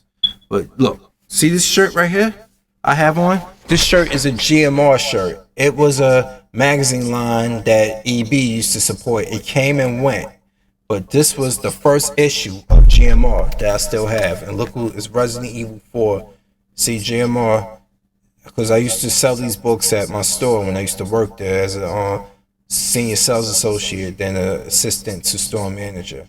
So look, Resident Evil 4, this when this first came out, and there's reviews to it. This when people had actually bought magazines monthly, and they had reviews on there that were reputable.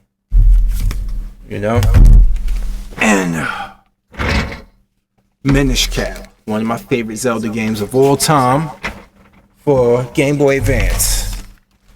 And boom, there we go right there. Legend of Zelda Minish Cap. I got a free copy from working with at EB. They gave me a free copy. This one here, not for resale, but I got the book for it now too for strategy, just in case. So I'm a collector, y'all. I can't help it. Now let's see what else I have in the stack here. I got a lot more than this, y'all. This is just what I have right here in front of y'all to see. Oh God, oh God, oh God. Never heard of GMR? Yeah, that's the problem. That's why they came and went so quickly. Now check this strategy guide out, which I have the game for. Shenmue. You got strategy here. Scroll, tiger scroll. Like they tell you location of body, scrolls that teach you different techniques. Remember that? This is Shenmue 1, of course. Look at this one here. Where is it? This is a game I never got my hands on right here. I never got my hands on this game. This is called Capcom's Fighter Evolution. I guess it was a mega mix of different characters from different Capcom games, from Darkstalkers to Street Fighter Anthology to different games. Right here, Fighters Evolution is a Capcom game. It's Capcom's Fighter Mega Mix. Ooh, look at this, y'all. Look at this. Got a little bit of damage to it, but it's a reflective surface. It's green, so yeah, I know it's Link. If it's green, you can see this is Ocarina of Time. See Link, because of the green screen, it's a see-through of it, but that's Ocarina of Time. Oh well, you still got your old school copy of Shenmue? Yeah, so do I. So do I. It's right up there. All disc of it. And then look, speaking of that one, Majora's Mask, which I still have the golden cartridge down here somewhere. I gotta get me a new N64.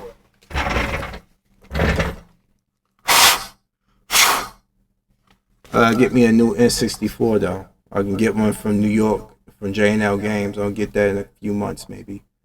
But yep.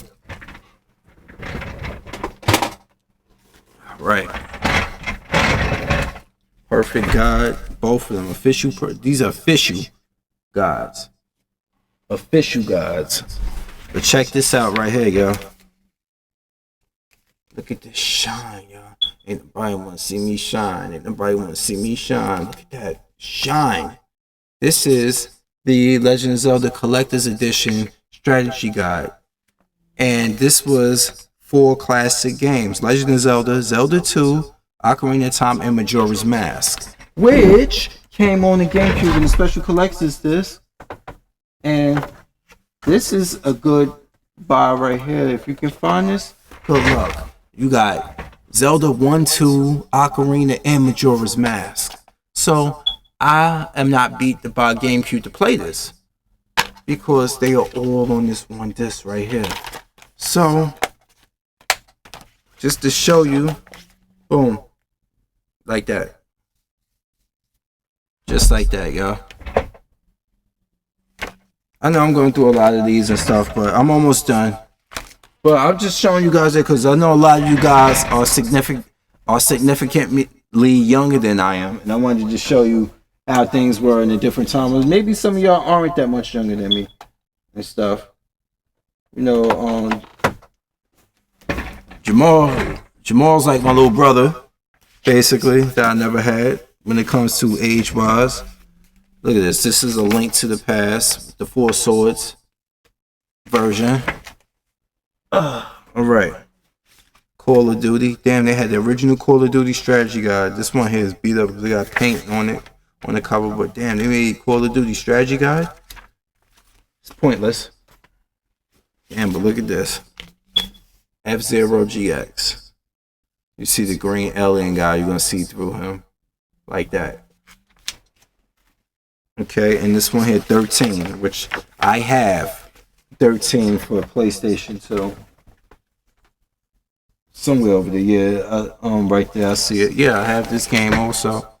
Official strategy guide. This was the first-person shooter that was cell shaded.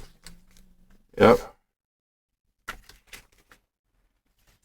Okay, but check this out, y'all. Remember GameCube? Remember this? I mean, remember. Damn, Beautiful Joe 2. Clover Studios, who Capcom shut down, but I think a lot of them ended up on Platinum Games. Damn, I forgot, yo, I forgot they made a video game based off of this movie. Yep. They made a video game based off of Van Helsing with Hugh Jackman and Kate Beckinsale. It wasn't that bad of a game. It was kind of like if you play Devil May Cry, you would like Van Helsing. It wasn't that bad of a game. But yo, this is an old game right here. Yo, look at this one. Jesus Christ. Damn, look at this, y'all. The Bouncer. Oh, God Hand. Yeah, man. Damn, The Bouncer by Square. This was their attempt at a brawler. This was like a beat 'em up almost. Yeah, this was a beat 'em up. They should have stayed at it to get better. But I remember somebody was talking about God Hand not too long ago, and he told me to look it up. Okay? Now, check this out. I think I played this before on this channel. Beyond Good and Evil. With Jade. Yep. They're working on a sequel of this. Remember they put out the trailer, the teaser to it? We haven't seen anything in a long time. That must mean they really taking their time with it, which I applaud them for doing that. But Beyond Good and Evil. Yep.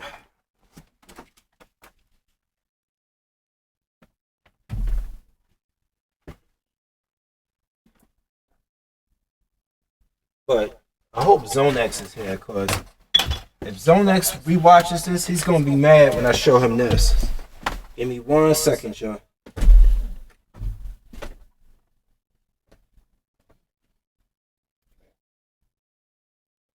Let me get these out.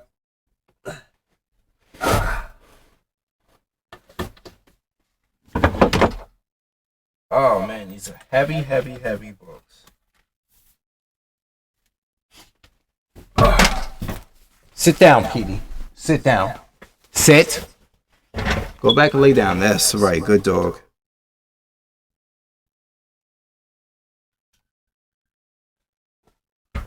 Check it out, y'all. We're gonna start from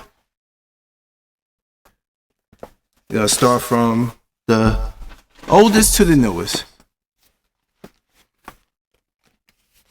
Look at this one here, y'all.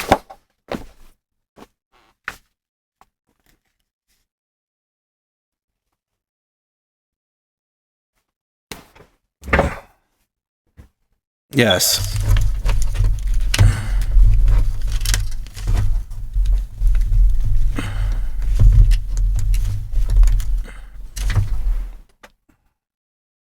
Yep, Metal Gear.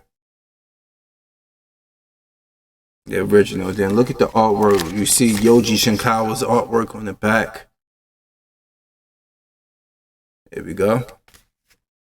The original one. And this when I first got this one. Look at young Hideo Kojima. Look how young he was. Yep, Hideo Kojima was young in this one. This was the 90s. Dun, dun, dun, dun, dun, dun, dun, dun. And then in the back of it, they got previous operations that show you Snake, like the original Metal Gear 2 Solid Snake, not Snake's Revenge. It's like a little summary, his previous operations right here. That one. And then, check it out. Zone X, I like this one too, because I got Twin Snakes as well. Or for the GameCube. I have this game as well. Relive the Legend in the all new light, which still got Yoji Shinkawa's work on it. But imagine Metal Gear Solid 1 on Metal Gear Solid 2's engine. That's basically what Twin Snakes was.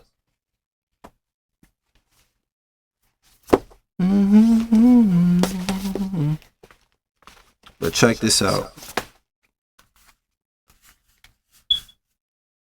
Brady Games. Konami, I think, is an official guide. Signature Series by Dan Burlow. Look at this.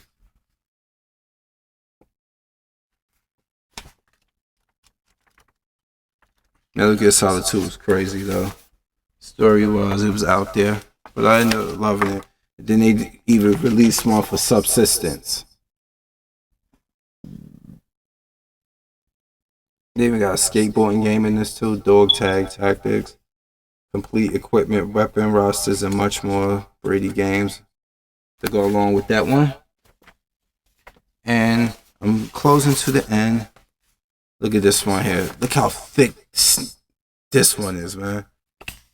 Damn, this one here is thick as all hell, man.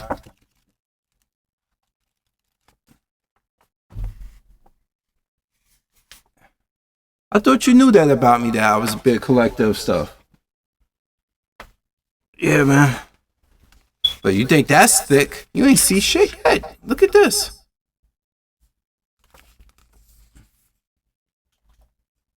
This is the one that a lot of people don't talk about for some reason. But I love Metal Gear Solid 4, especially out there in the wars that you were in. And if you helped the rebels against the private military and stuff. And it was crazy. Metal Gear Solid 4 was dope, actually. It closed up Snake's story. I miss Solid Snake, man. But yeah, it's very, very, very good. I have that. I still have Metal Gear Solid 4 for the PS3. This was a piggyback. Yes, piggyback books were the shit, yo. I got plenty more, but this is all. I'm gonna finish up with these two right here, cause I can go I can go many more hours, but I got most of them in the crate in there. I don't even want to touch those right now. But check it out. Thick book. Resident Evil 4. This was another thick book one. There we go. Resident Evil 4. Which of course I still have for my GameCube. Looking at it right there.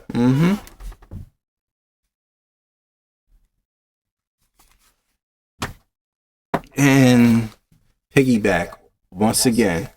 Resident Evil 5. Yes. Got artwork in it. It got the motion capture. They got concept art in there with Chris, Sheva, concept work, Wesker, what you see right here, right there and stuff. Yeah, this is crazy right there. And that's just a sample of the collection I got. Yeah, basically. It's basically right there, like a lot of the essential strategy guides I left out right here to be inside that collection. Inside my cabinet. The rest I got a lot of comic books in there, old 90s comic books that actually are worth maybe something. But let's see what we can get into today. Can I hook up a game or something? Maybe. Let me see what we got. That I actually like playing online. There's a difference between playing the game and actually enjoy playing it online.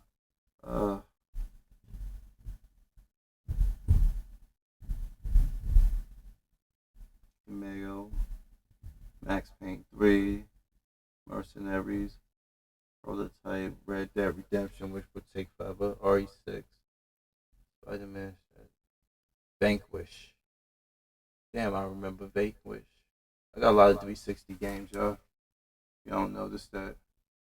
Anarchy Reigns, Crackdown 1 and 2, which I have 3. But let me see what's going on with this. Hook this up. Let me disconnect this wire from here.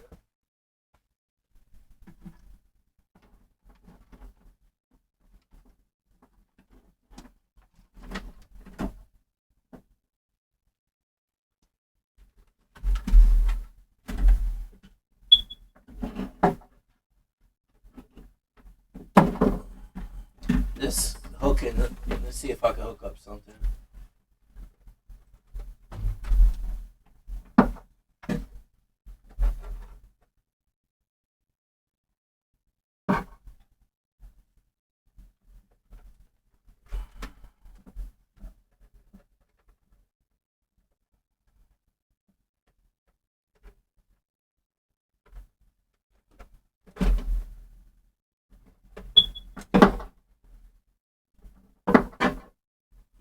I figured out why the PlayStation 4, you have to go onto a TV and you have to disable the DHCP, because that's the only way you can stream it when you're streaming it.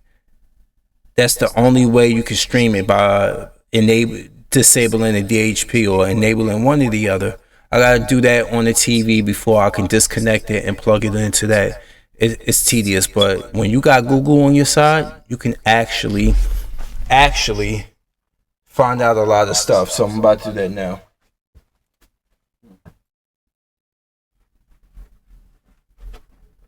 All right,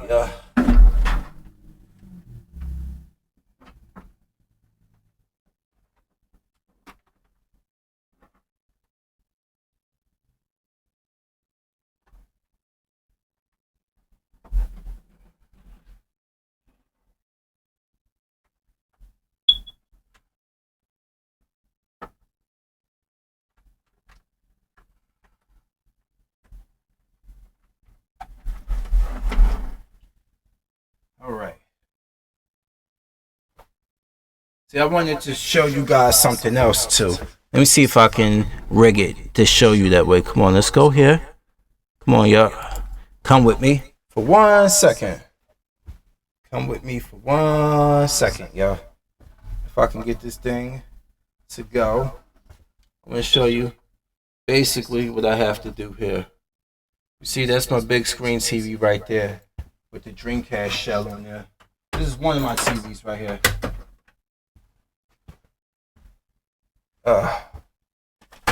So now I have to turn this on. Give me a second here.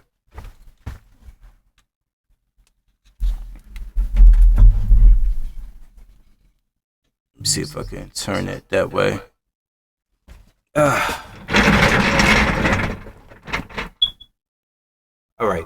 Perfect. You see my dog cage. You see PD's cage right there. But now I have to go here and turn the TV on like this. What you said, let me remove this thing from my frame.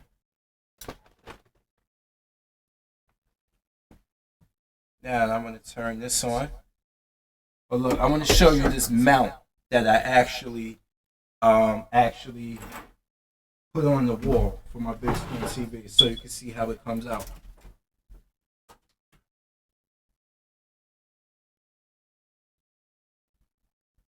And then the TV swivels like this.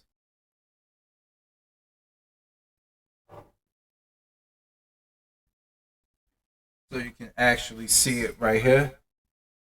Let me put this up here, hold on.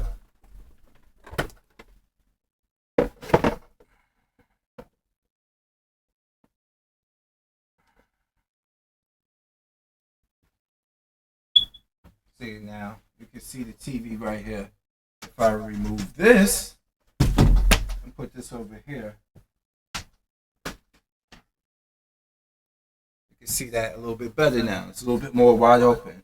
As you can see, I have the TV right here. I'm going to turn this on.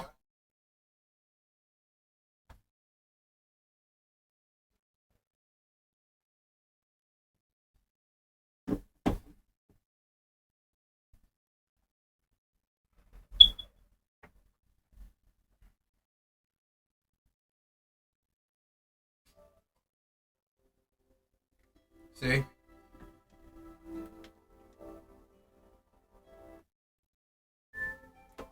So now, in order for me to connect this,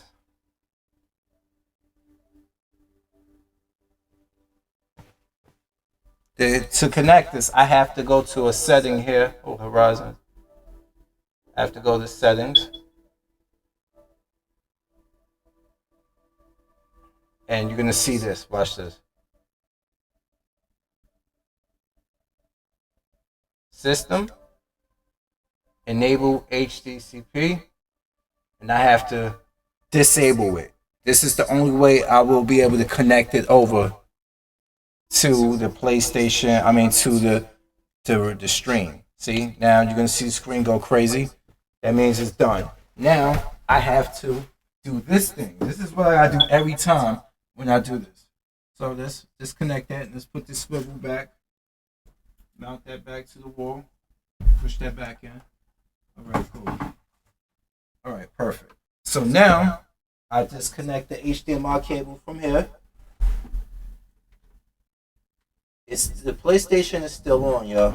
So now I'm gonna take my cable, my long cable that I will run to my razor rip saw, and I will connect this to the razor rip saw like that. Now let me put this camera back over here where it was.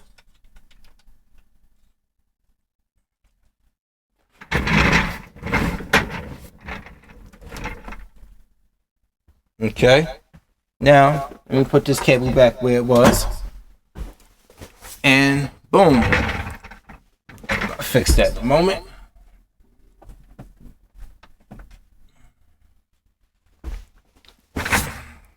As you can see where I got all the strategy guides from now.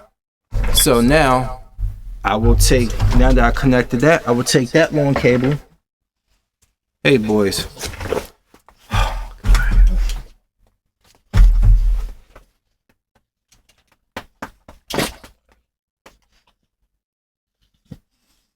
I'm going to get a good look at PD's body. Really? There you go, Chip right here. This is the Papa dog that doesn't make much appearances because he's the old man. He like to be pretty much chill. There you go, Chip right here. Now they want to fight for attention. You see? You see? It is complicated, but you see the complication I gotta go through with these two? And I'm trying to do something? Okay. Out. Go. Go. Go. All right, so now I got that. Where was I? The long cable. It's right here.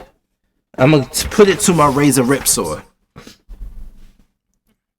So I just disconnect this one from up here, put this one in here.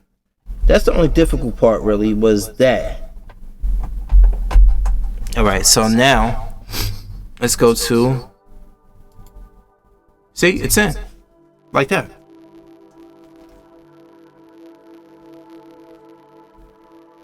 Let me see if the sound is in. Yeah, the sound is in. Alright, the sound is in. It's not that complicated, it's just tedious as a motherfucker.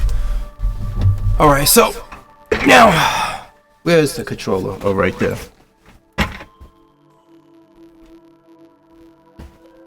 Now I can go back.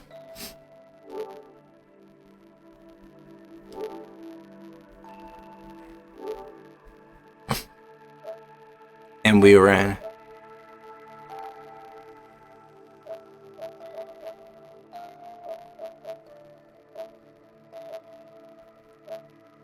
I don't know what was that I was about to whip out and play.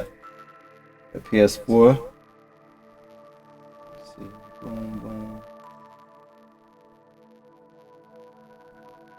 Yeah, Uncharted.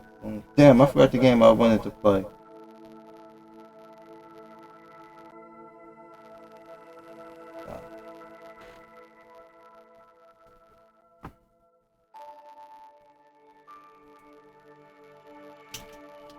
Where was it at? I'm trying to think.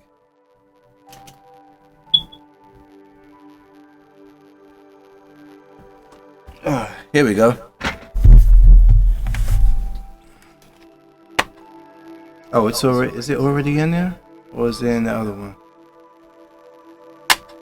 Let me see.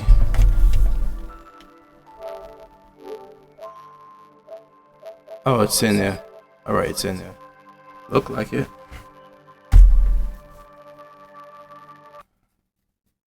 And let me update. Edit.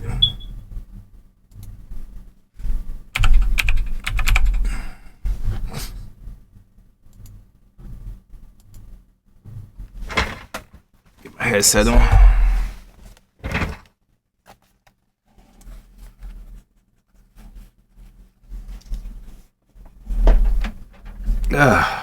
All right.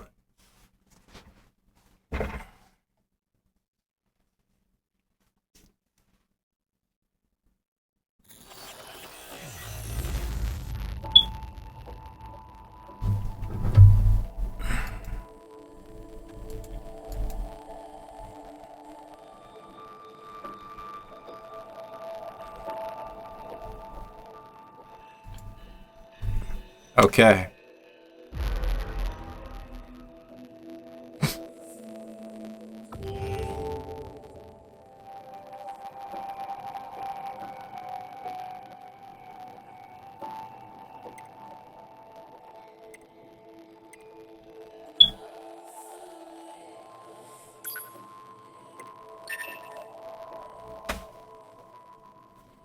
All right, here we go. Something.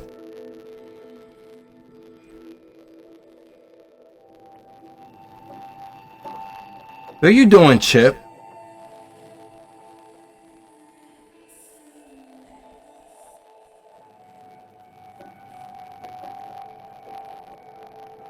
Man, this job can be pretty rough sometimes, huh? We don't get to choose our assignments. And you should work on keeping your opinions in check. Yorha aren't allowed to be emotional, remember? I think some of us are better at that than others. Speaking of emotion, those Adam and Eve units sure seemed less than logical. I'm heading to the transporter. Fine.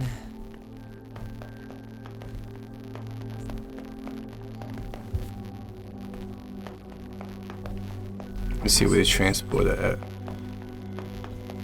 No, that way.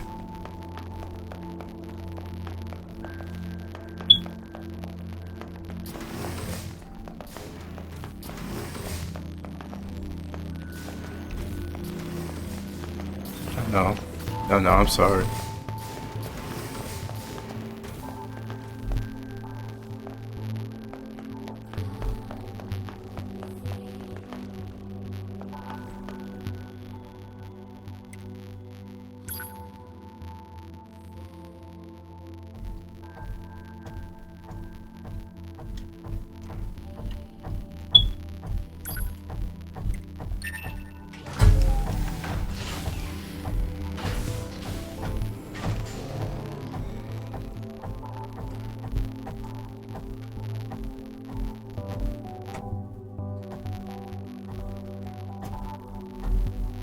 All right, let's see where they lead us to.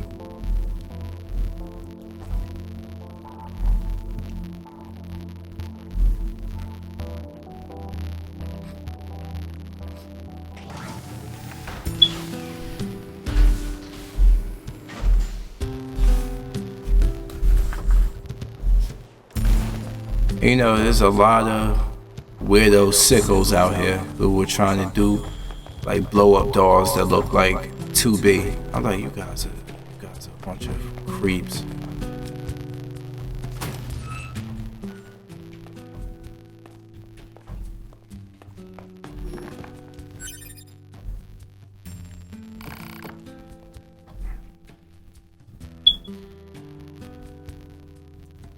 You just got you beat.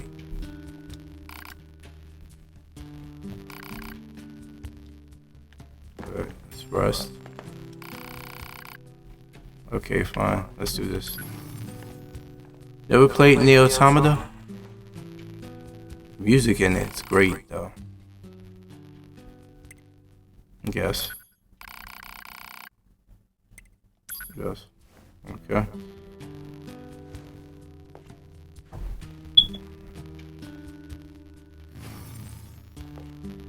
Good. Rest it up. Let's go.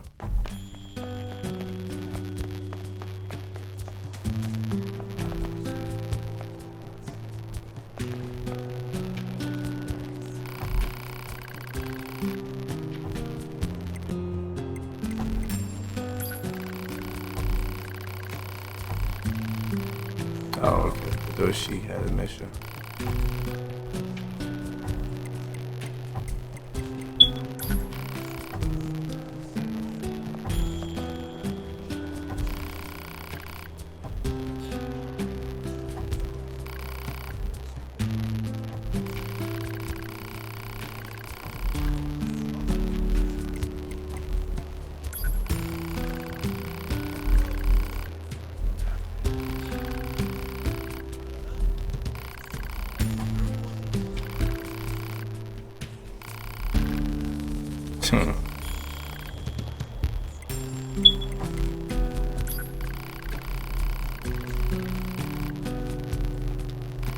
Yeah, the hack. You can hack and destroy enemies.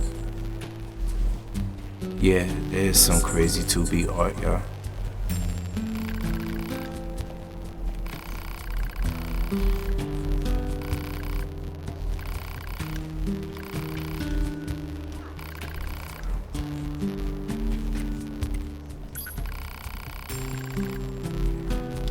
Okay.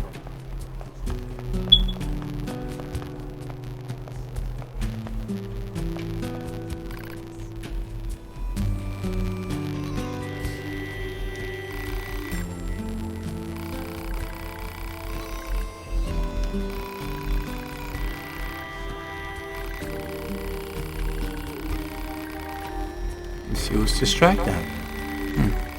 It's really good.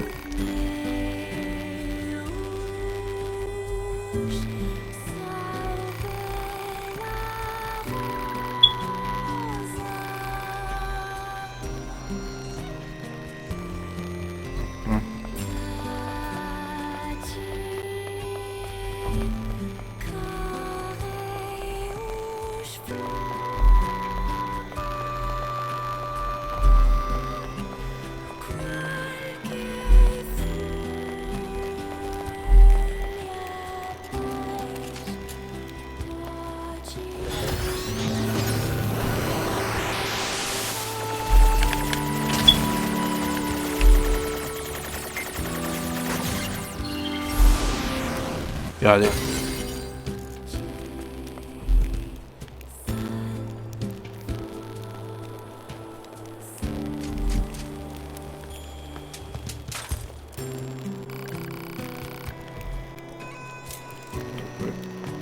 So you have to tell us.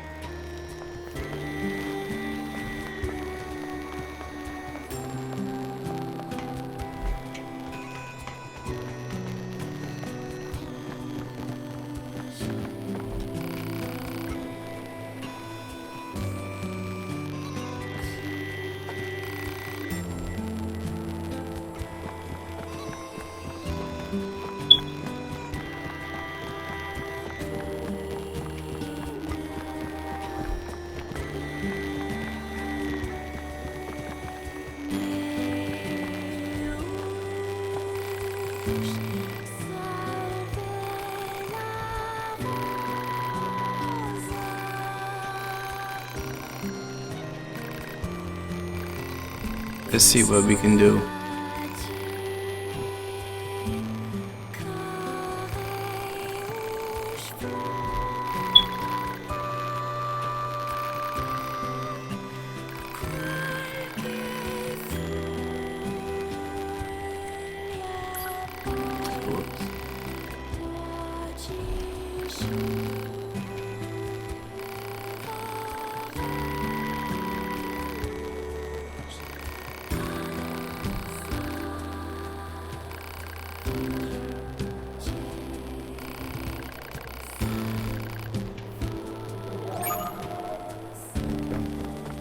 Let's transport to the let's see something.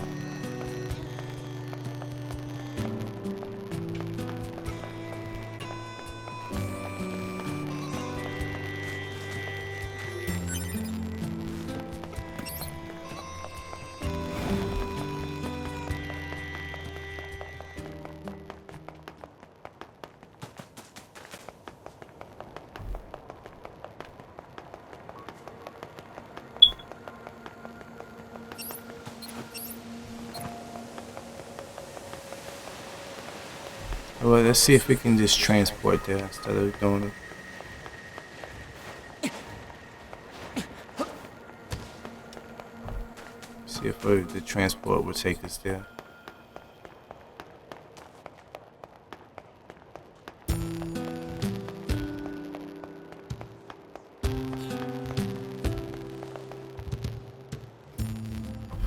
Transport.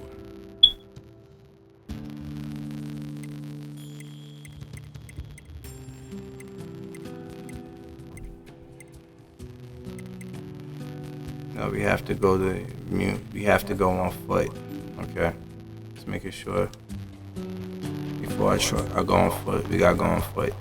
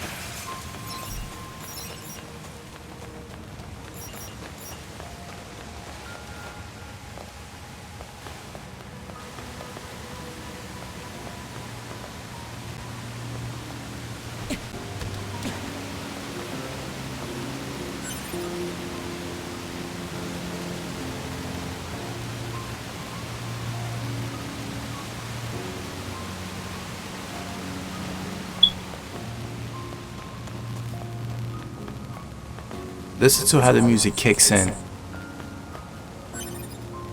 Like in the background, the closer you get to a certain location.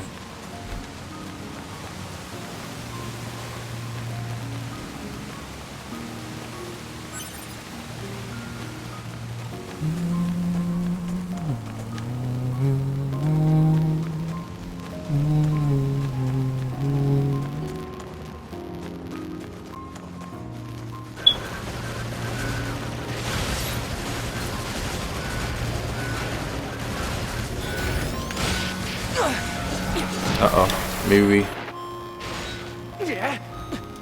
Recharge my energy.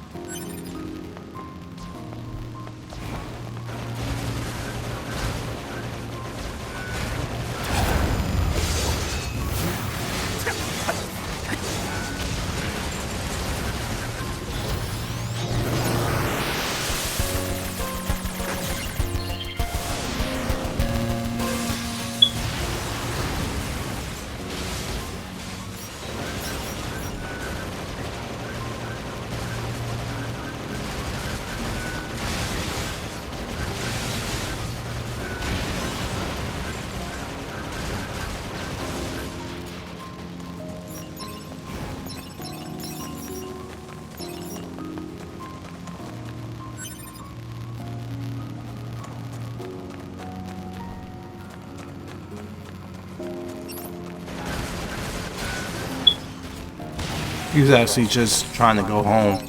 He saw that he was about to die. His boys were dead. He was like, fuck it, I'm leaving.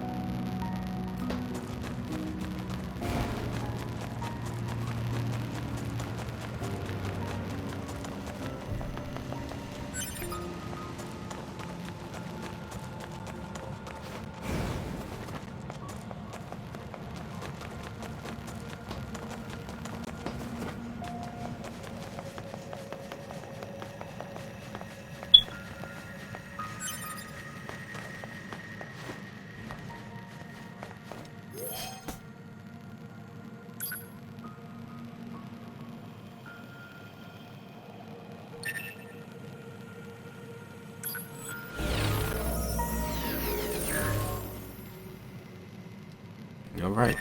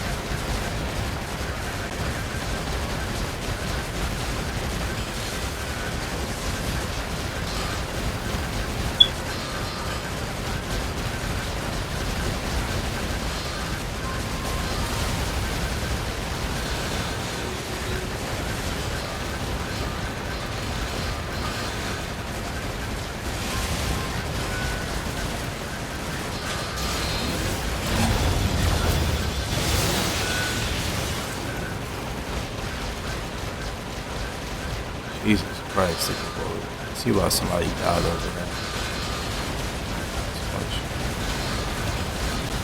Damn, so much enemies, so much gunfire going on. Whew, gotta dodge all this shit.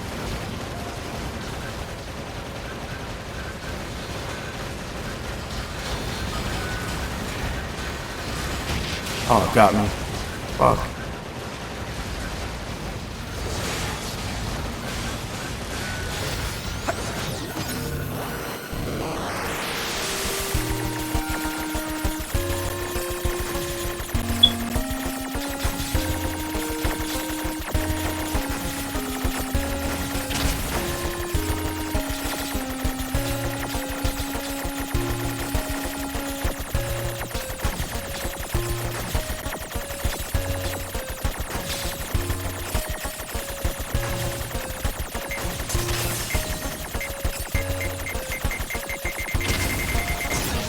Damn, got me. Damn, I got injured.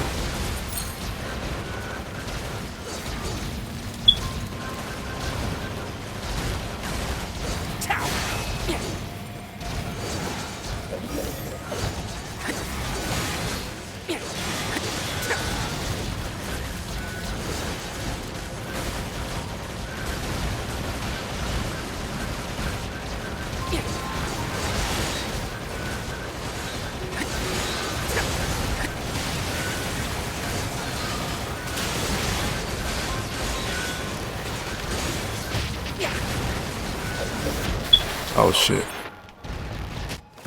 Damn, it got me. Got me.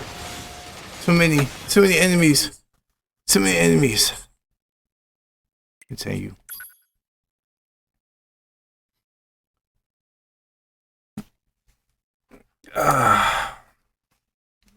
Get my stuff back. Computer's pewing. Boogity booing. I'm about to get me something to eat for dinner. Because it's almost 8. Damn, I've been on here for 2.5 hours. Doesn't feel that long.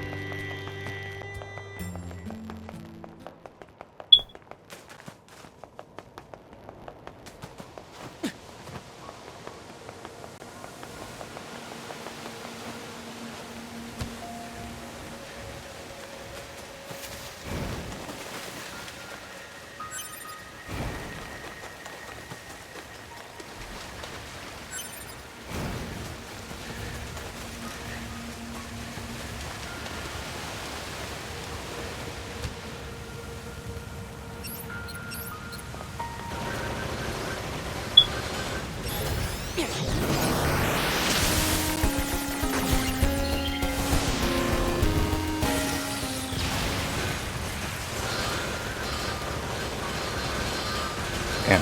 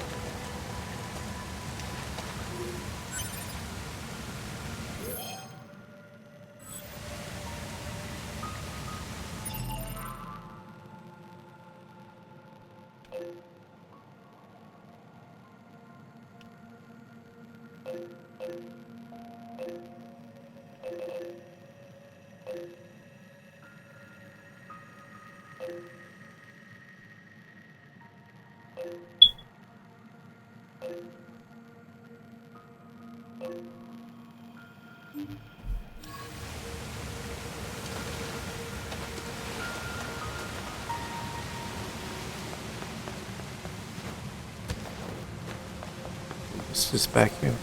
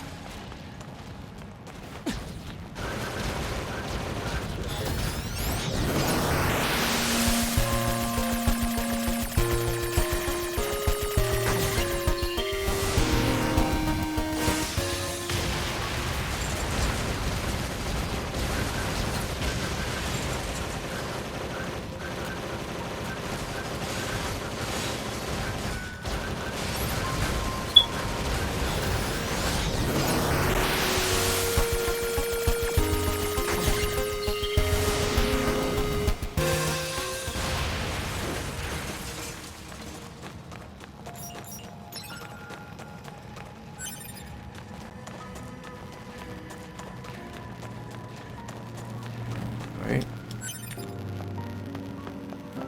Don't want to.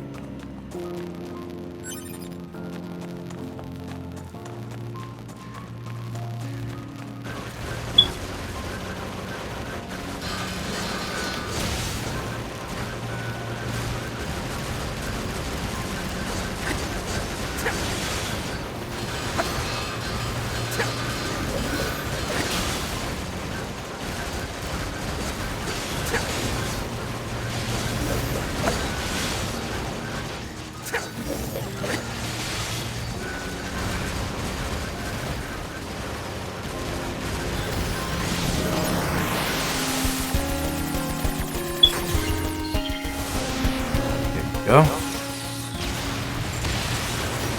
Flash radius damage.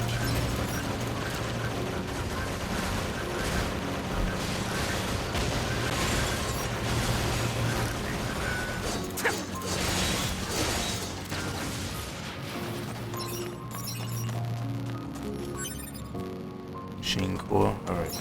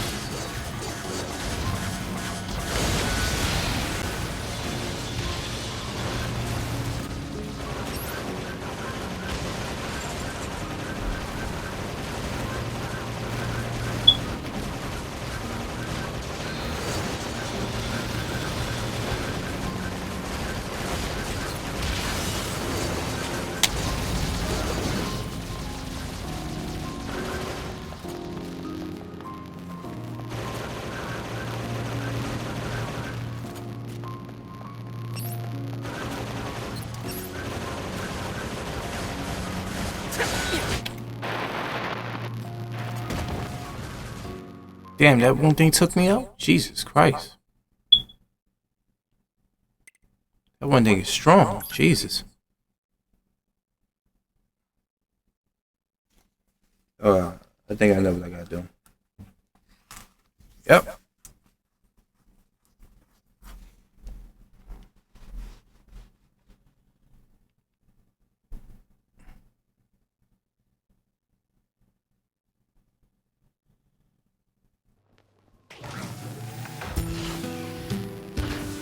Let's see what else I have too. Oh yeah. Okay. Rise like that would make cry from.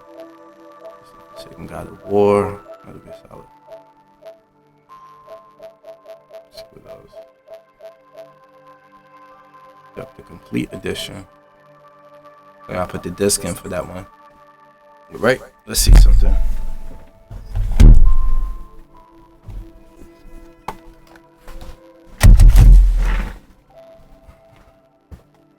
Now let me shut it down first.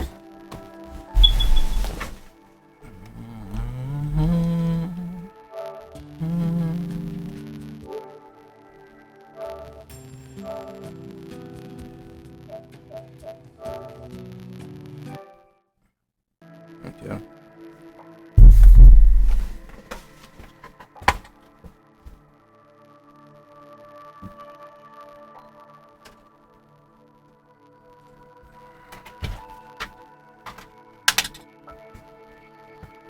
Let's see. Right.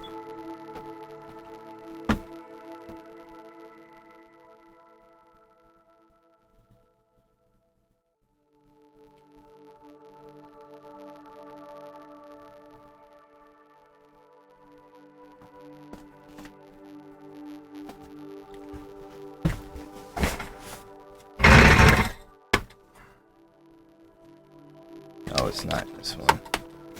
Yeah, I know what it's at. Spider-Man.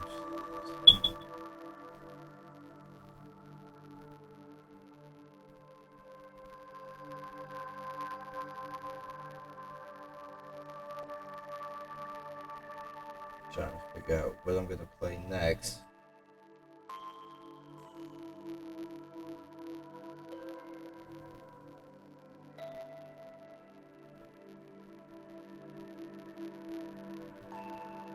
It's funny, if I play Persona, their music, they copyright me for the music, which is crazy because the music is a big thing, I guess. So we're gonna go otherwise. Let me see something. Let's exit out of this.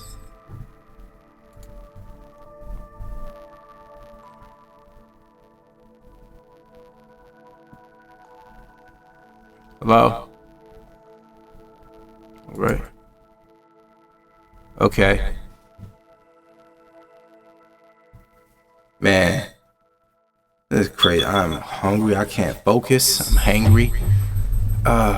Well, I'm trying to see. Where did I put that? Let me see what else I want to play before I hang it up. I might go retro. But that means I had to hook up my PlayStation 3.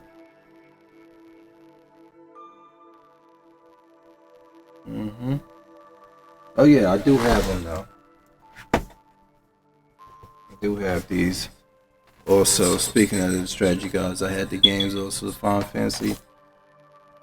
This one's, I know it's greatest hits version, but I lost the old one and I ended up buying this one, but I never replayed it again, so I never opened it. And then there's 10-2 I bought, I believe. So yeah.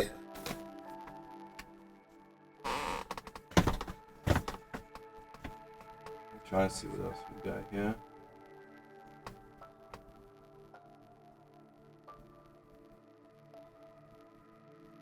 Where is it?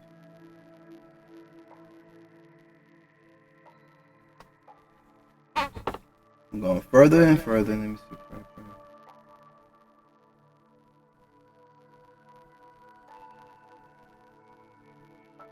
Damn, I want to play Modern Warfare. I wanted to play Modern Warfare, but